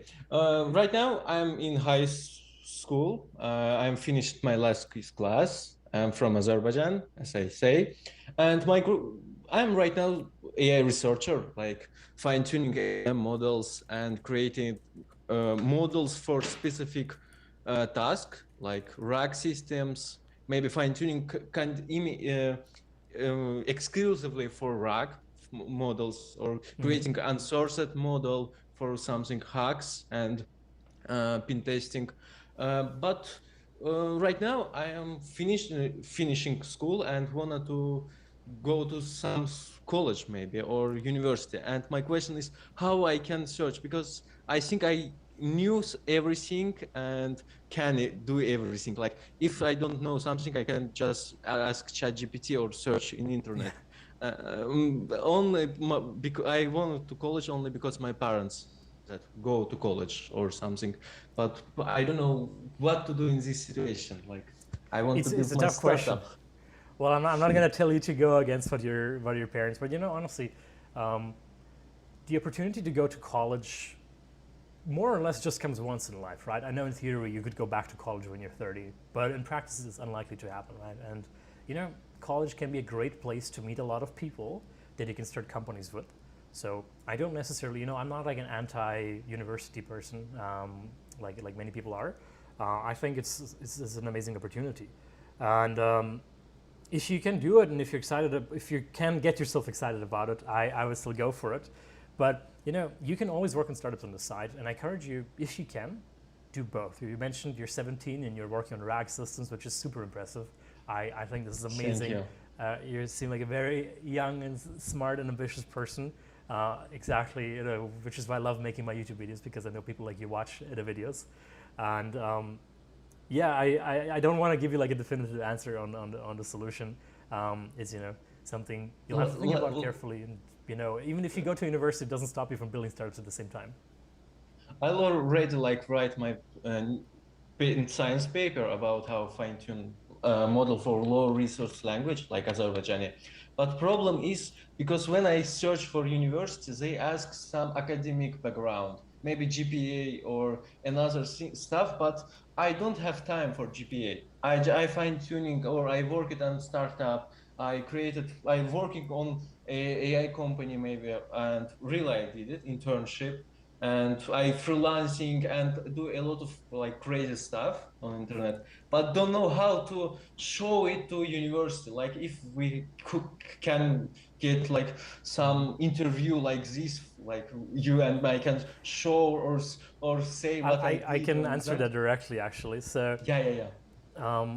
American universities care about these things. Most European and most universities outside of America really have an admission system which is purely based on grades. So it just depends on your local country and how they admit people. I don't really know if you ever try to go to school in America, they will value what you do. You can tell them that you build RAG systems at the age of 17 and tried startups. They will value this a lot. America values entrepreneurships and doing extracurricular things and things that are out of the ordinary much more than in many other countries. America too expensive, I guess. Well, Only it can always happen about later. that. I also couldn't afford to just go there. I actually got admitted to university in Zurich, in Switzerland, at ETH Zurich, and I was super excited about it. But then in the end, I ended up not going because my family just didn't have the money. So I've been in the same shoes, and you see, years later, it still worked out with scholarships. So even if it's not now, it can happen later. Even if you study at university in Azerbaijan and work on startups at the same time, you're a young, smart, and ambitious person. And I'm very confident you can build amazing, great things. Thank you very much. Bonjour, Monsieur Jérémy Lanier. You are live now. Awesome. Well, hi everyone. How are you doing, Jeremy? Good seeing you again. Doing well, doing well. Yeah, followed the stream as well, so glad to be able to pop up. That's so great. Well, what a great surprise that you're able to join. Have you been? Tell us first the first and most important question. Have you been hitting the gym today? I mean, you can check on the KEEPON app that I did. Oh, Yes. right. Yes, day to Let me day. see. Oh, that's very important. Well, with that most important question out of everything, yeah, I think this is actually a cool format. I was thinking about actually asking you already a while ago if we should do some joint live streams from time to time. I think it's actually super fun because then we can really talk about the startup, and it's not me just leading a monologue the whole time. Yeah, I mean, happy to join, of course. Yeah, no problem. If you think I can be relevant there. You're always relevant, Jeremy. Would love to hear what do you think about. So we just put out the beta version of the app, which Marin put together after a lot of all-nighters. Oh, I see. You also switched to the fancy camera. That's very good. Yeah, yeah, trying to see if that works. Yeah, here we go. Yeah, so we just pushed the beta app, but it's basically a revamped version of this existing app. The existing apps that we had, just a smoother, still light feature-wise, but the idea is just to have a strong base we can continue to build on, and we are gonna have more updates step by step in an agile way, right? So every week, every 2 weeks, we are gonna keep adding things. Before you were able to share your check-in, now you can comment, likes, and there is more social features that are coming, and also personal feature for your own motivation, leaderboard, and so on, right? Also, I don't know if you want to tease that, but there is an upcoming updated on the website as well. Oh, really? Is it already there? Not this week. Oh, this week. Okay, that's great. The fun things. I mean, we have to have a working website for business purposes, anyways. But the biggest pain in the butt for me in building the AI agent was actually setting up a WhatsApp business suite. And we actually got blocked because, sorry, I'm closing these little things here. We actually got blocked because they said like our website does not look legitimate enough. And I'm like, anyone can create a legitimate looking website. It doesn't prove that you're a legitimate business. And yet we cannot use WhatsApp for our AI coach. So thanks so much for putting these things together. That's, I think, a typical thing that you don't expect, or you learn only by taking the action of having a startup. You learn that there is all those things that come along the way, and it's only by doing that you realize you have all those small things to deal with, and there is not just a few but hundreds of them that you could not expect, which is how you learn, I guess. Yeah, no, I mean this is 100% true. But that's part of building a startup, right? And I'm glad we're kind of looking into a different direction, different angle of the startup, like the AI business side of it. I'm actually curious how this is going to go. I haven't given anyone yet a preview of what the AI coach looks like yet. Well, actually, why not I briefly do that? I just want to give you a little glimpse into this. So it's essentially right now it's just a text message chat, and Jeremy has it too. Right now I can only talk to it like this. Okay, you can't really see that much because it's it's a bit filtered, but essentially, it's like a real coach, right? The idea of the coach is to hold you accountable and just to help you stay consistent with your workouts. But it's been an interesting experiment the last few days, like to actually build this whole thing, to get a lot of feedback and see you test it. Now it's going to be on us. I think tomorrow you and I are also going to have a meeting where we discuss a bit more like the business strategy for the coming months and opening up the app. But it's a funny comment that I'm currently reading. WhatsApp judging other businesses being legit is funny. Yeah, I completely agree. It's a weird thing, right? But yeah, back to the AI coach. I mean, honestly, I'm excited for the direction of it. I know this is going to be a long journey of really finding product market fit and all these things since we're super early on. But I mean, I'm glad to have you on board for this whole process. So now Sorry, I was muted. But yeah, this is also I guess what's important maybe to share with the community is this aspect of pushing updates every week, so you directly get feedback of what works, what doesn't work, what you want to improve, and it's going to shape also your product. You still have the same vision, but you are going to know if people are more interested by the AI coach or the social aspect or the gamification aspect, and based on those almost instant feedback, we can iterate until we have the perfect product, but we know that it's an endless evolution in a way as well. Yeah. I mean, this is not a fun thing. Just the quick iterations that a startup can do while a big company can't do. Now, maybe something we should actually ask the viewers right now. If we're going to open up the app to more beta users soon. If you're passionate about working out and interested in testing the app, you should shoot us shoot me an email at youtube.samuel-bosch.com.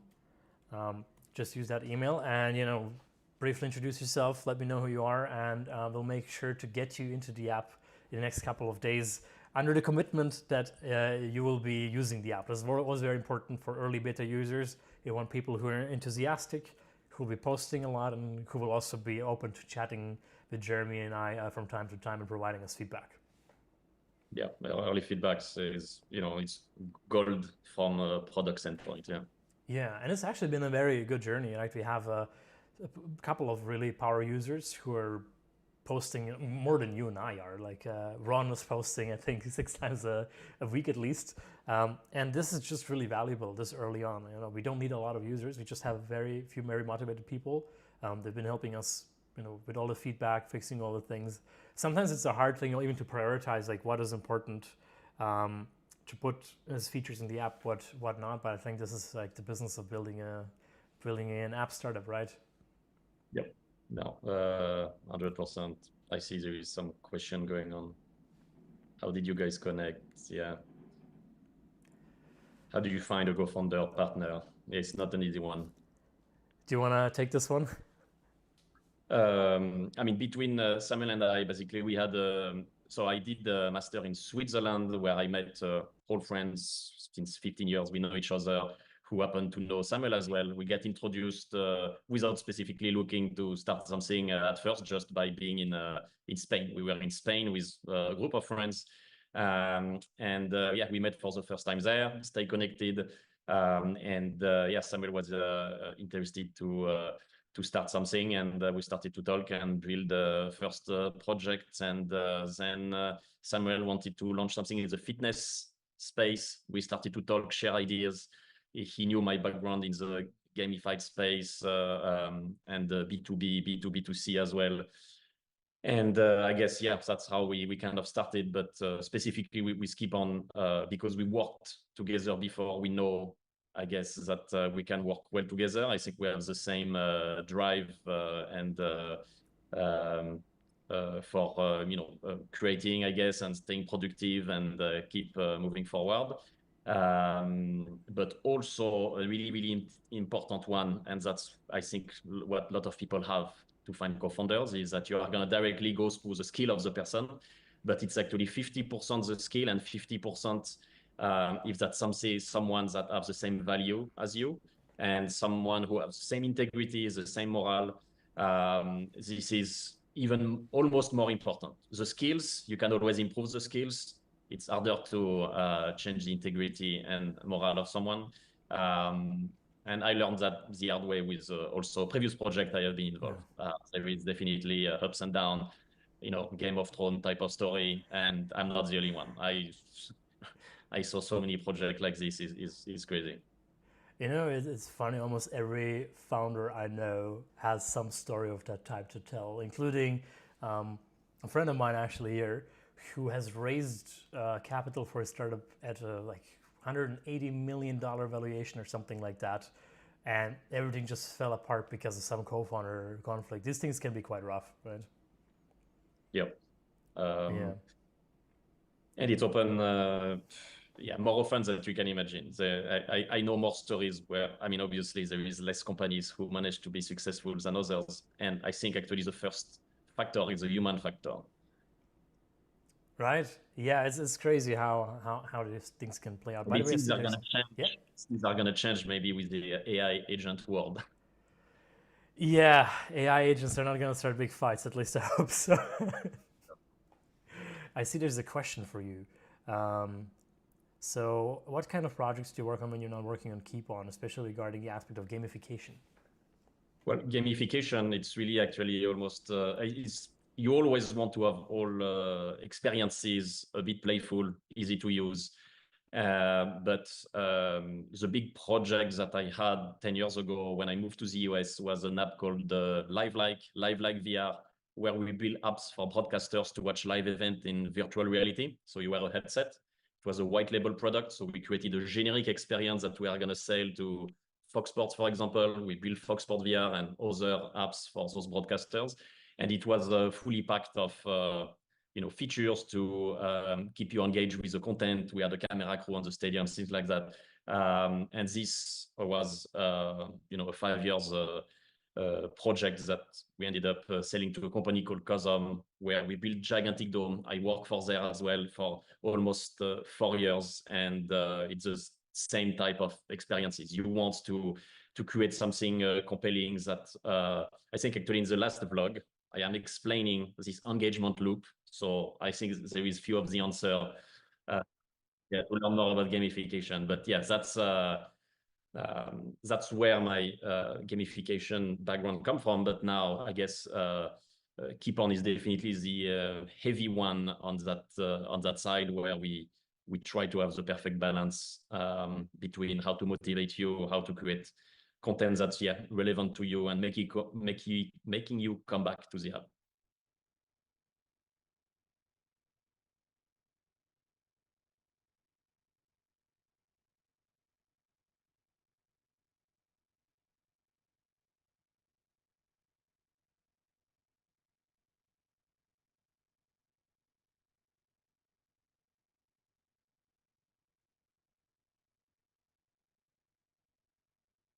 Oh, I'm sorry, I muted myself.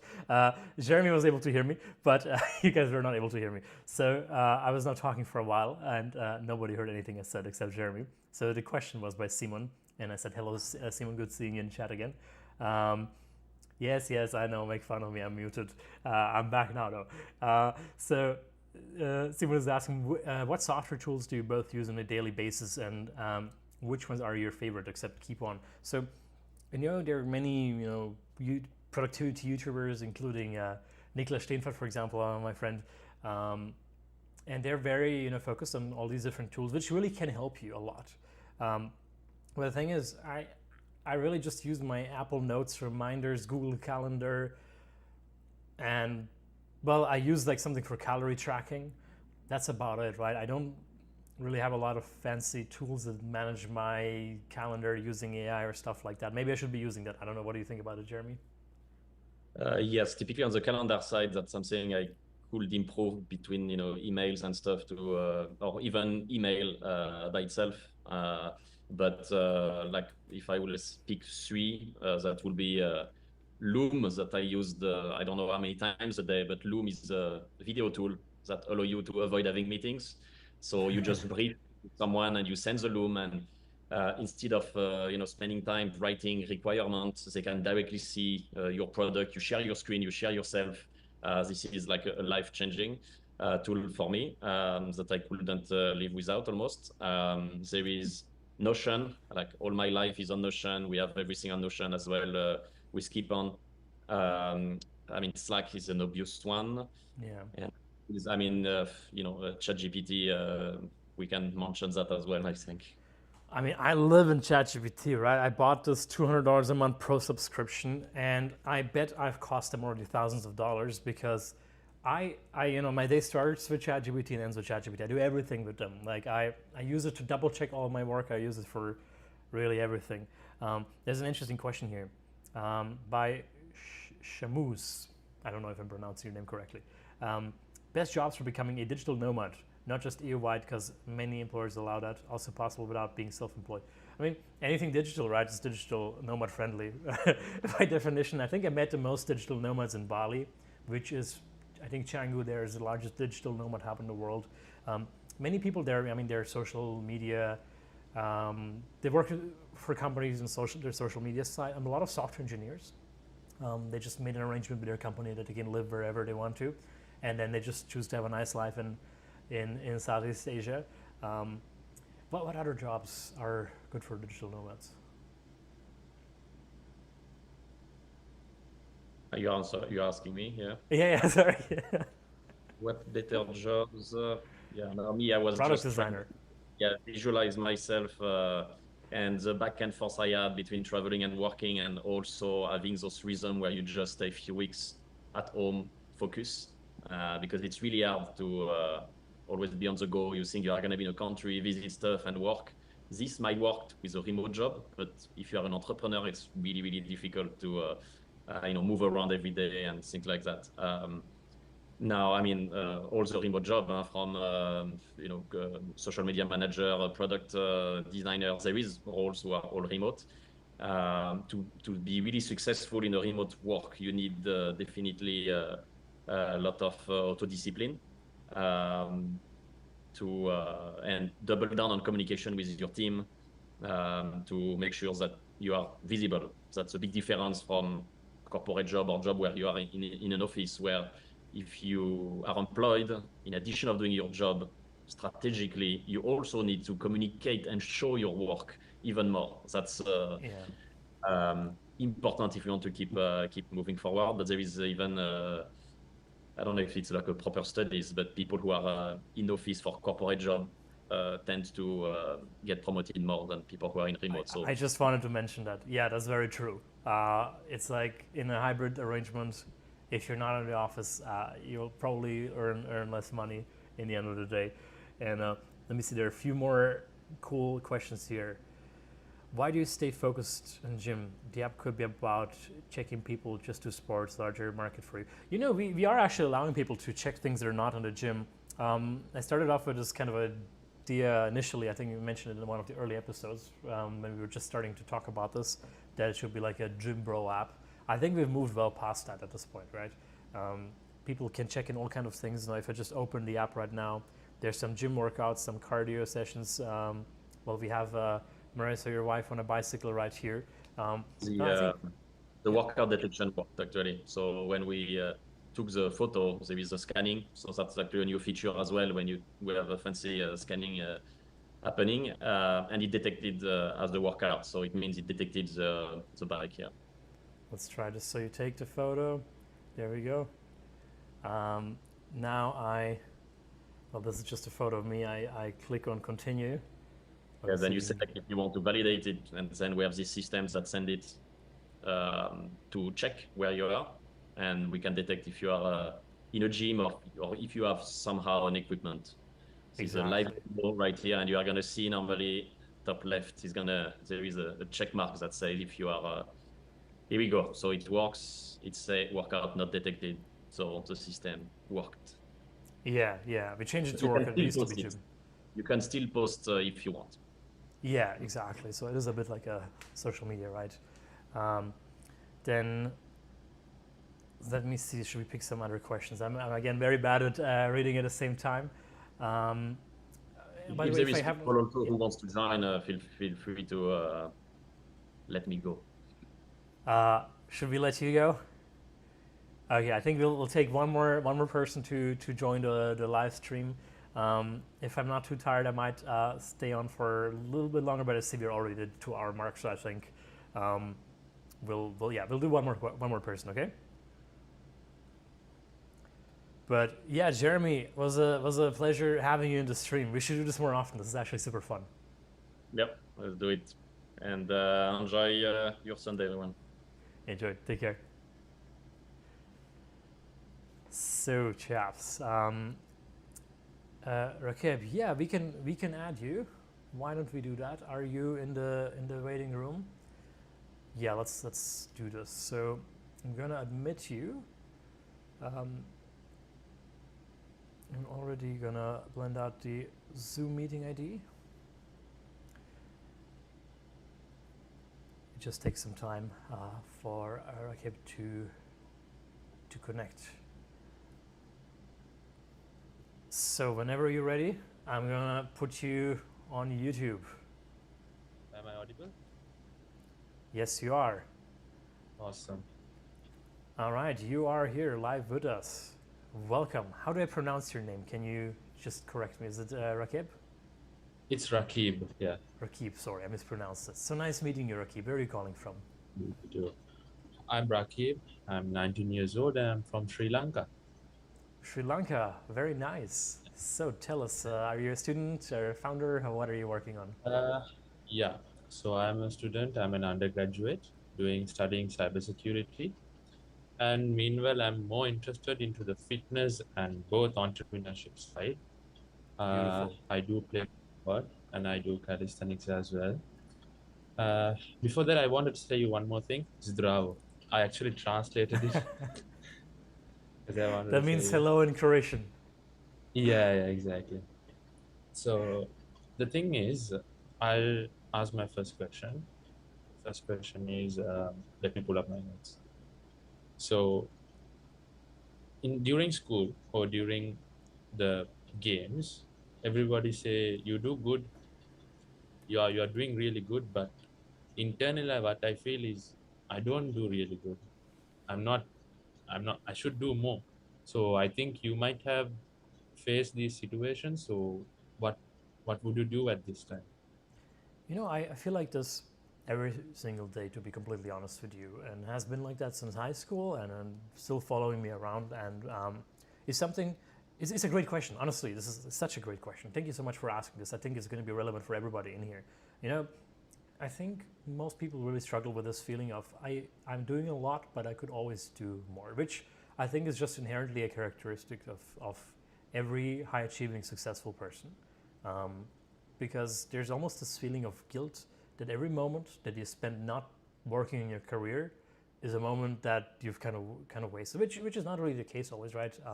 But there's a lot of things that are very competitive, and you know, I to this day I can tell you, like yesterday was what is today? Sunday. Yesterday was Saturday night at 10 p.m. I was sitting here, and I still felt like, wow, why am I not doing more? I should still keep coding and do all these different things, right? I think it's a very very natural thing that you shouldn't be afraid of. I think you seem like a really bright young man. I think if you keep working hard, you have a very very bright future ahead of you. I'm sure you've already gotten far for your age, and I just wouldn't really stress too much about it. It's a very natural thing that I think I'm facing that too, and just by being aware that we're all struggling with this feeling, you should just always remind yourself it's a normal thing. We all feel like we're not doing enough, but that's just inherently what eventually makes us successful, because we always have this drive to do more. I see. Thank you very much for that. And the next thing is now see, I've been interested on the business space since 2024, I'd say.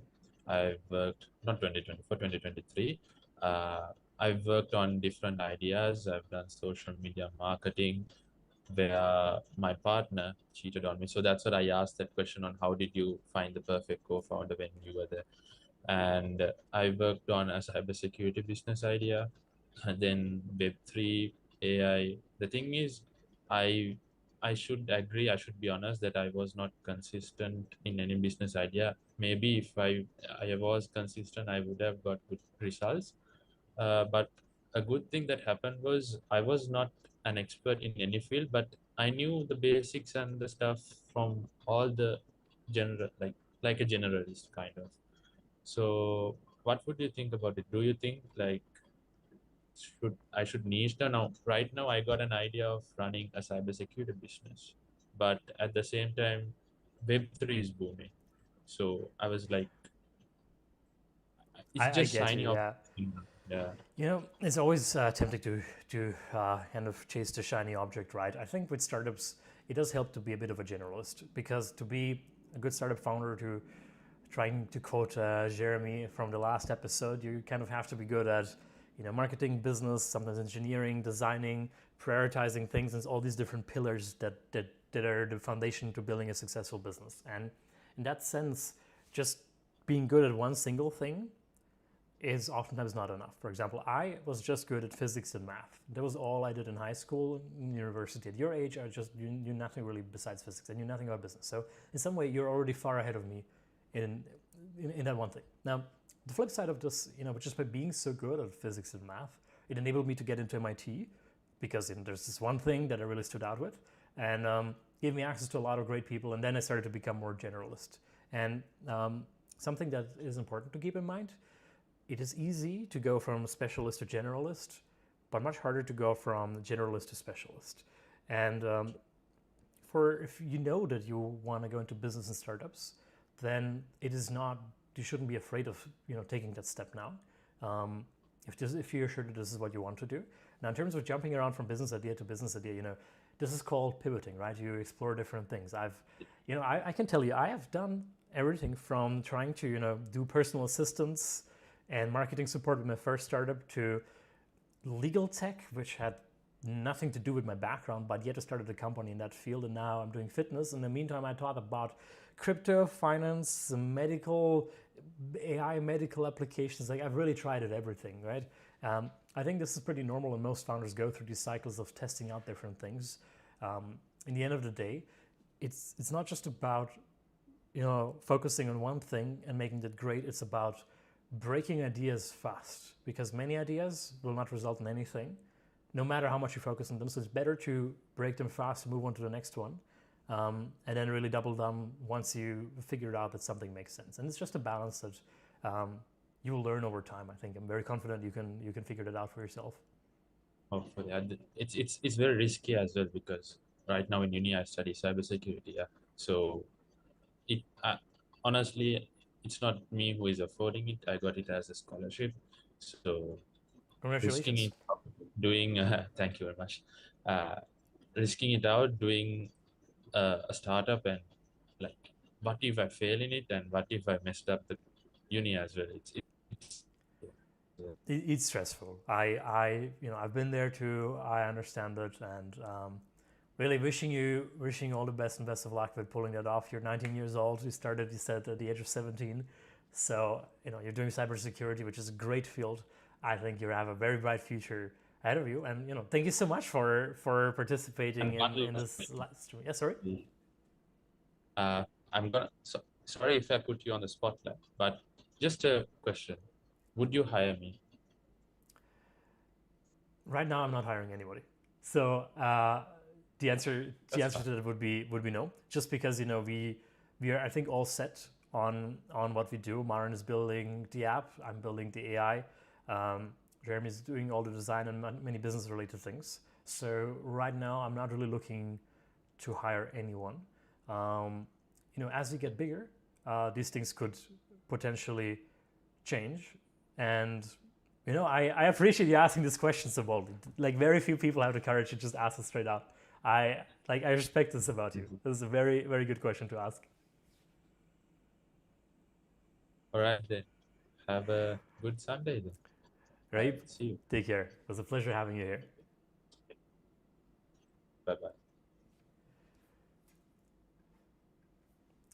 So everybody, let me see, how many are we still? Since my Zoom had glitched out for a bit, I actually wasn't able to see the live stream myself. I see there's still 48 people.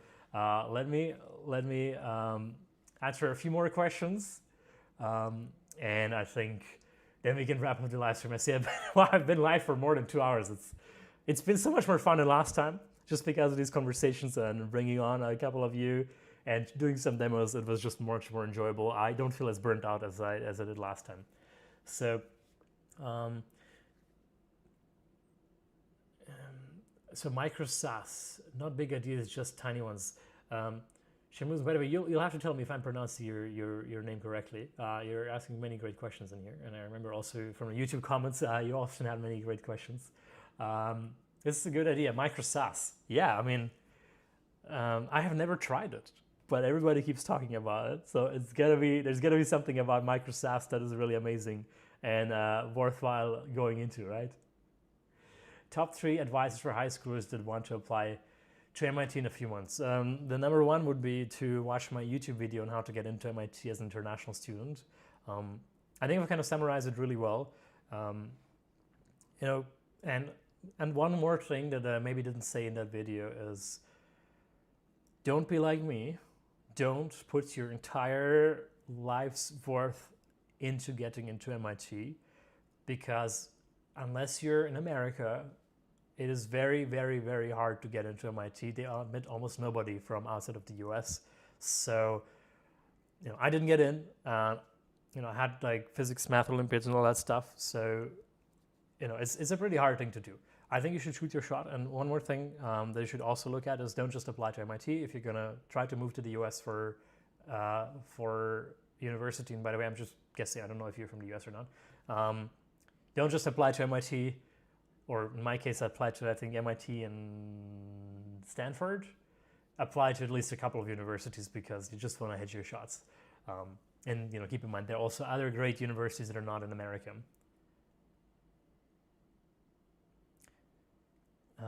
This is a good question from David. What brought you to Croatia?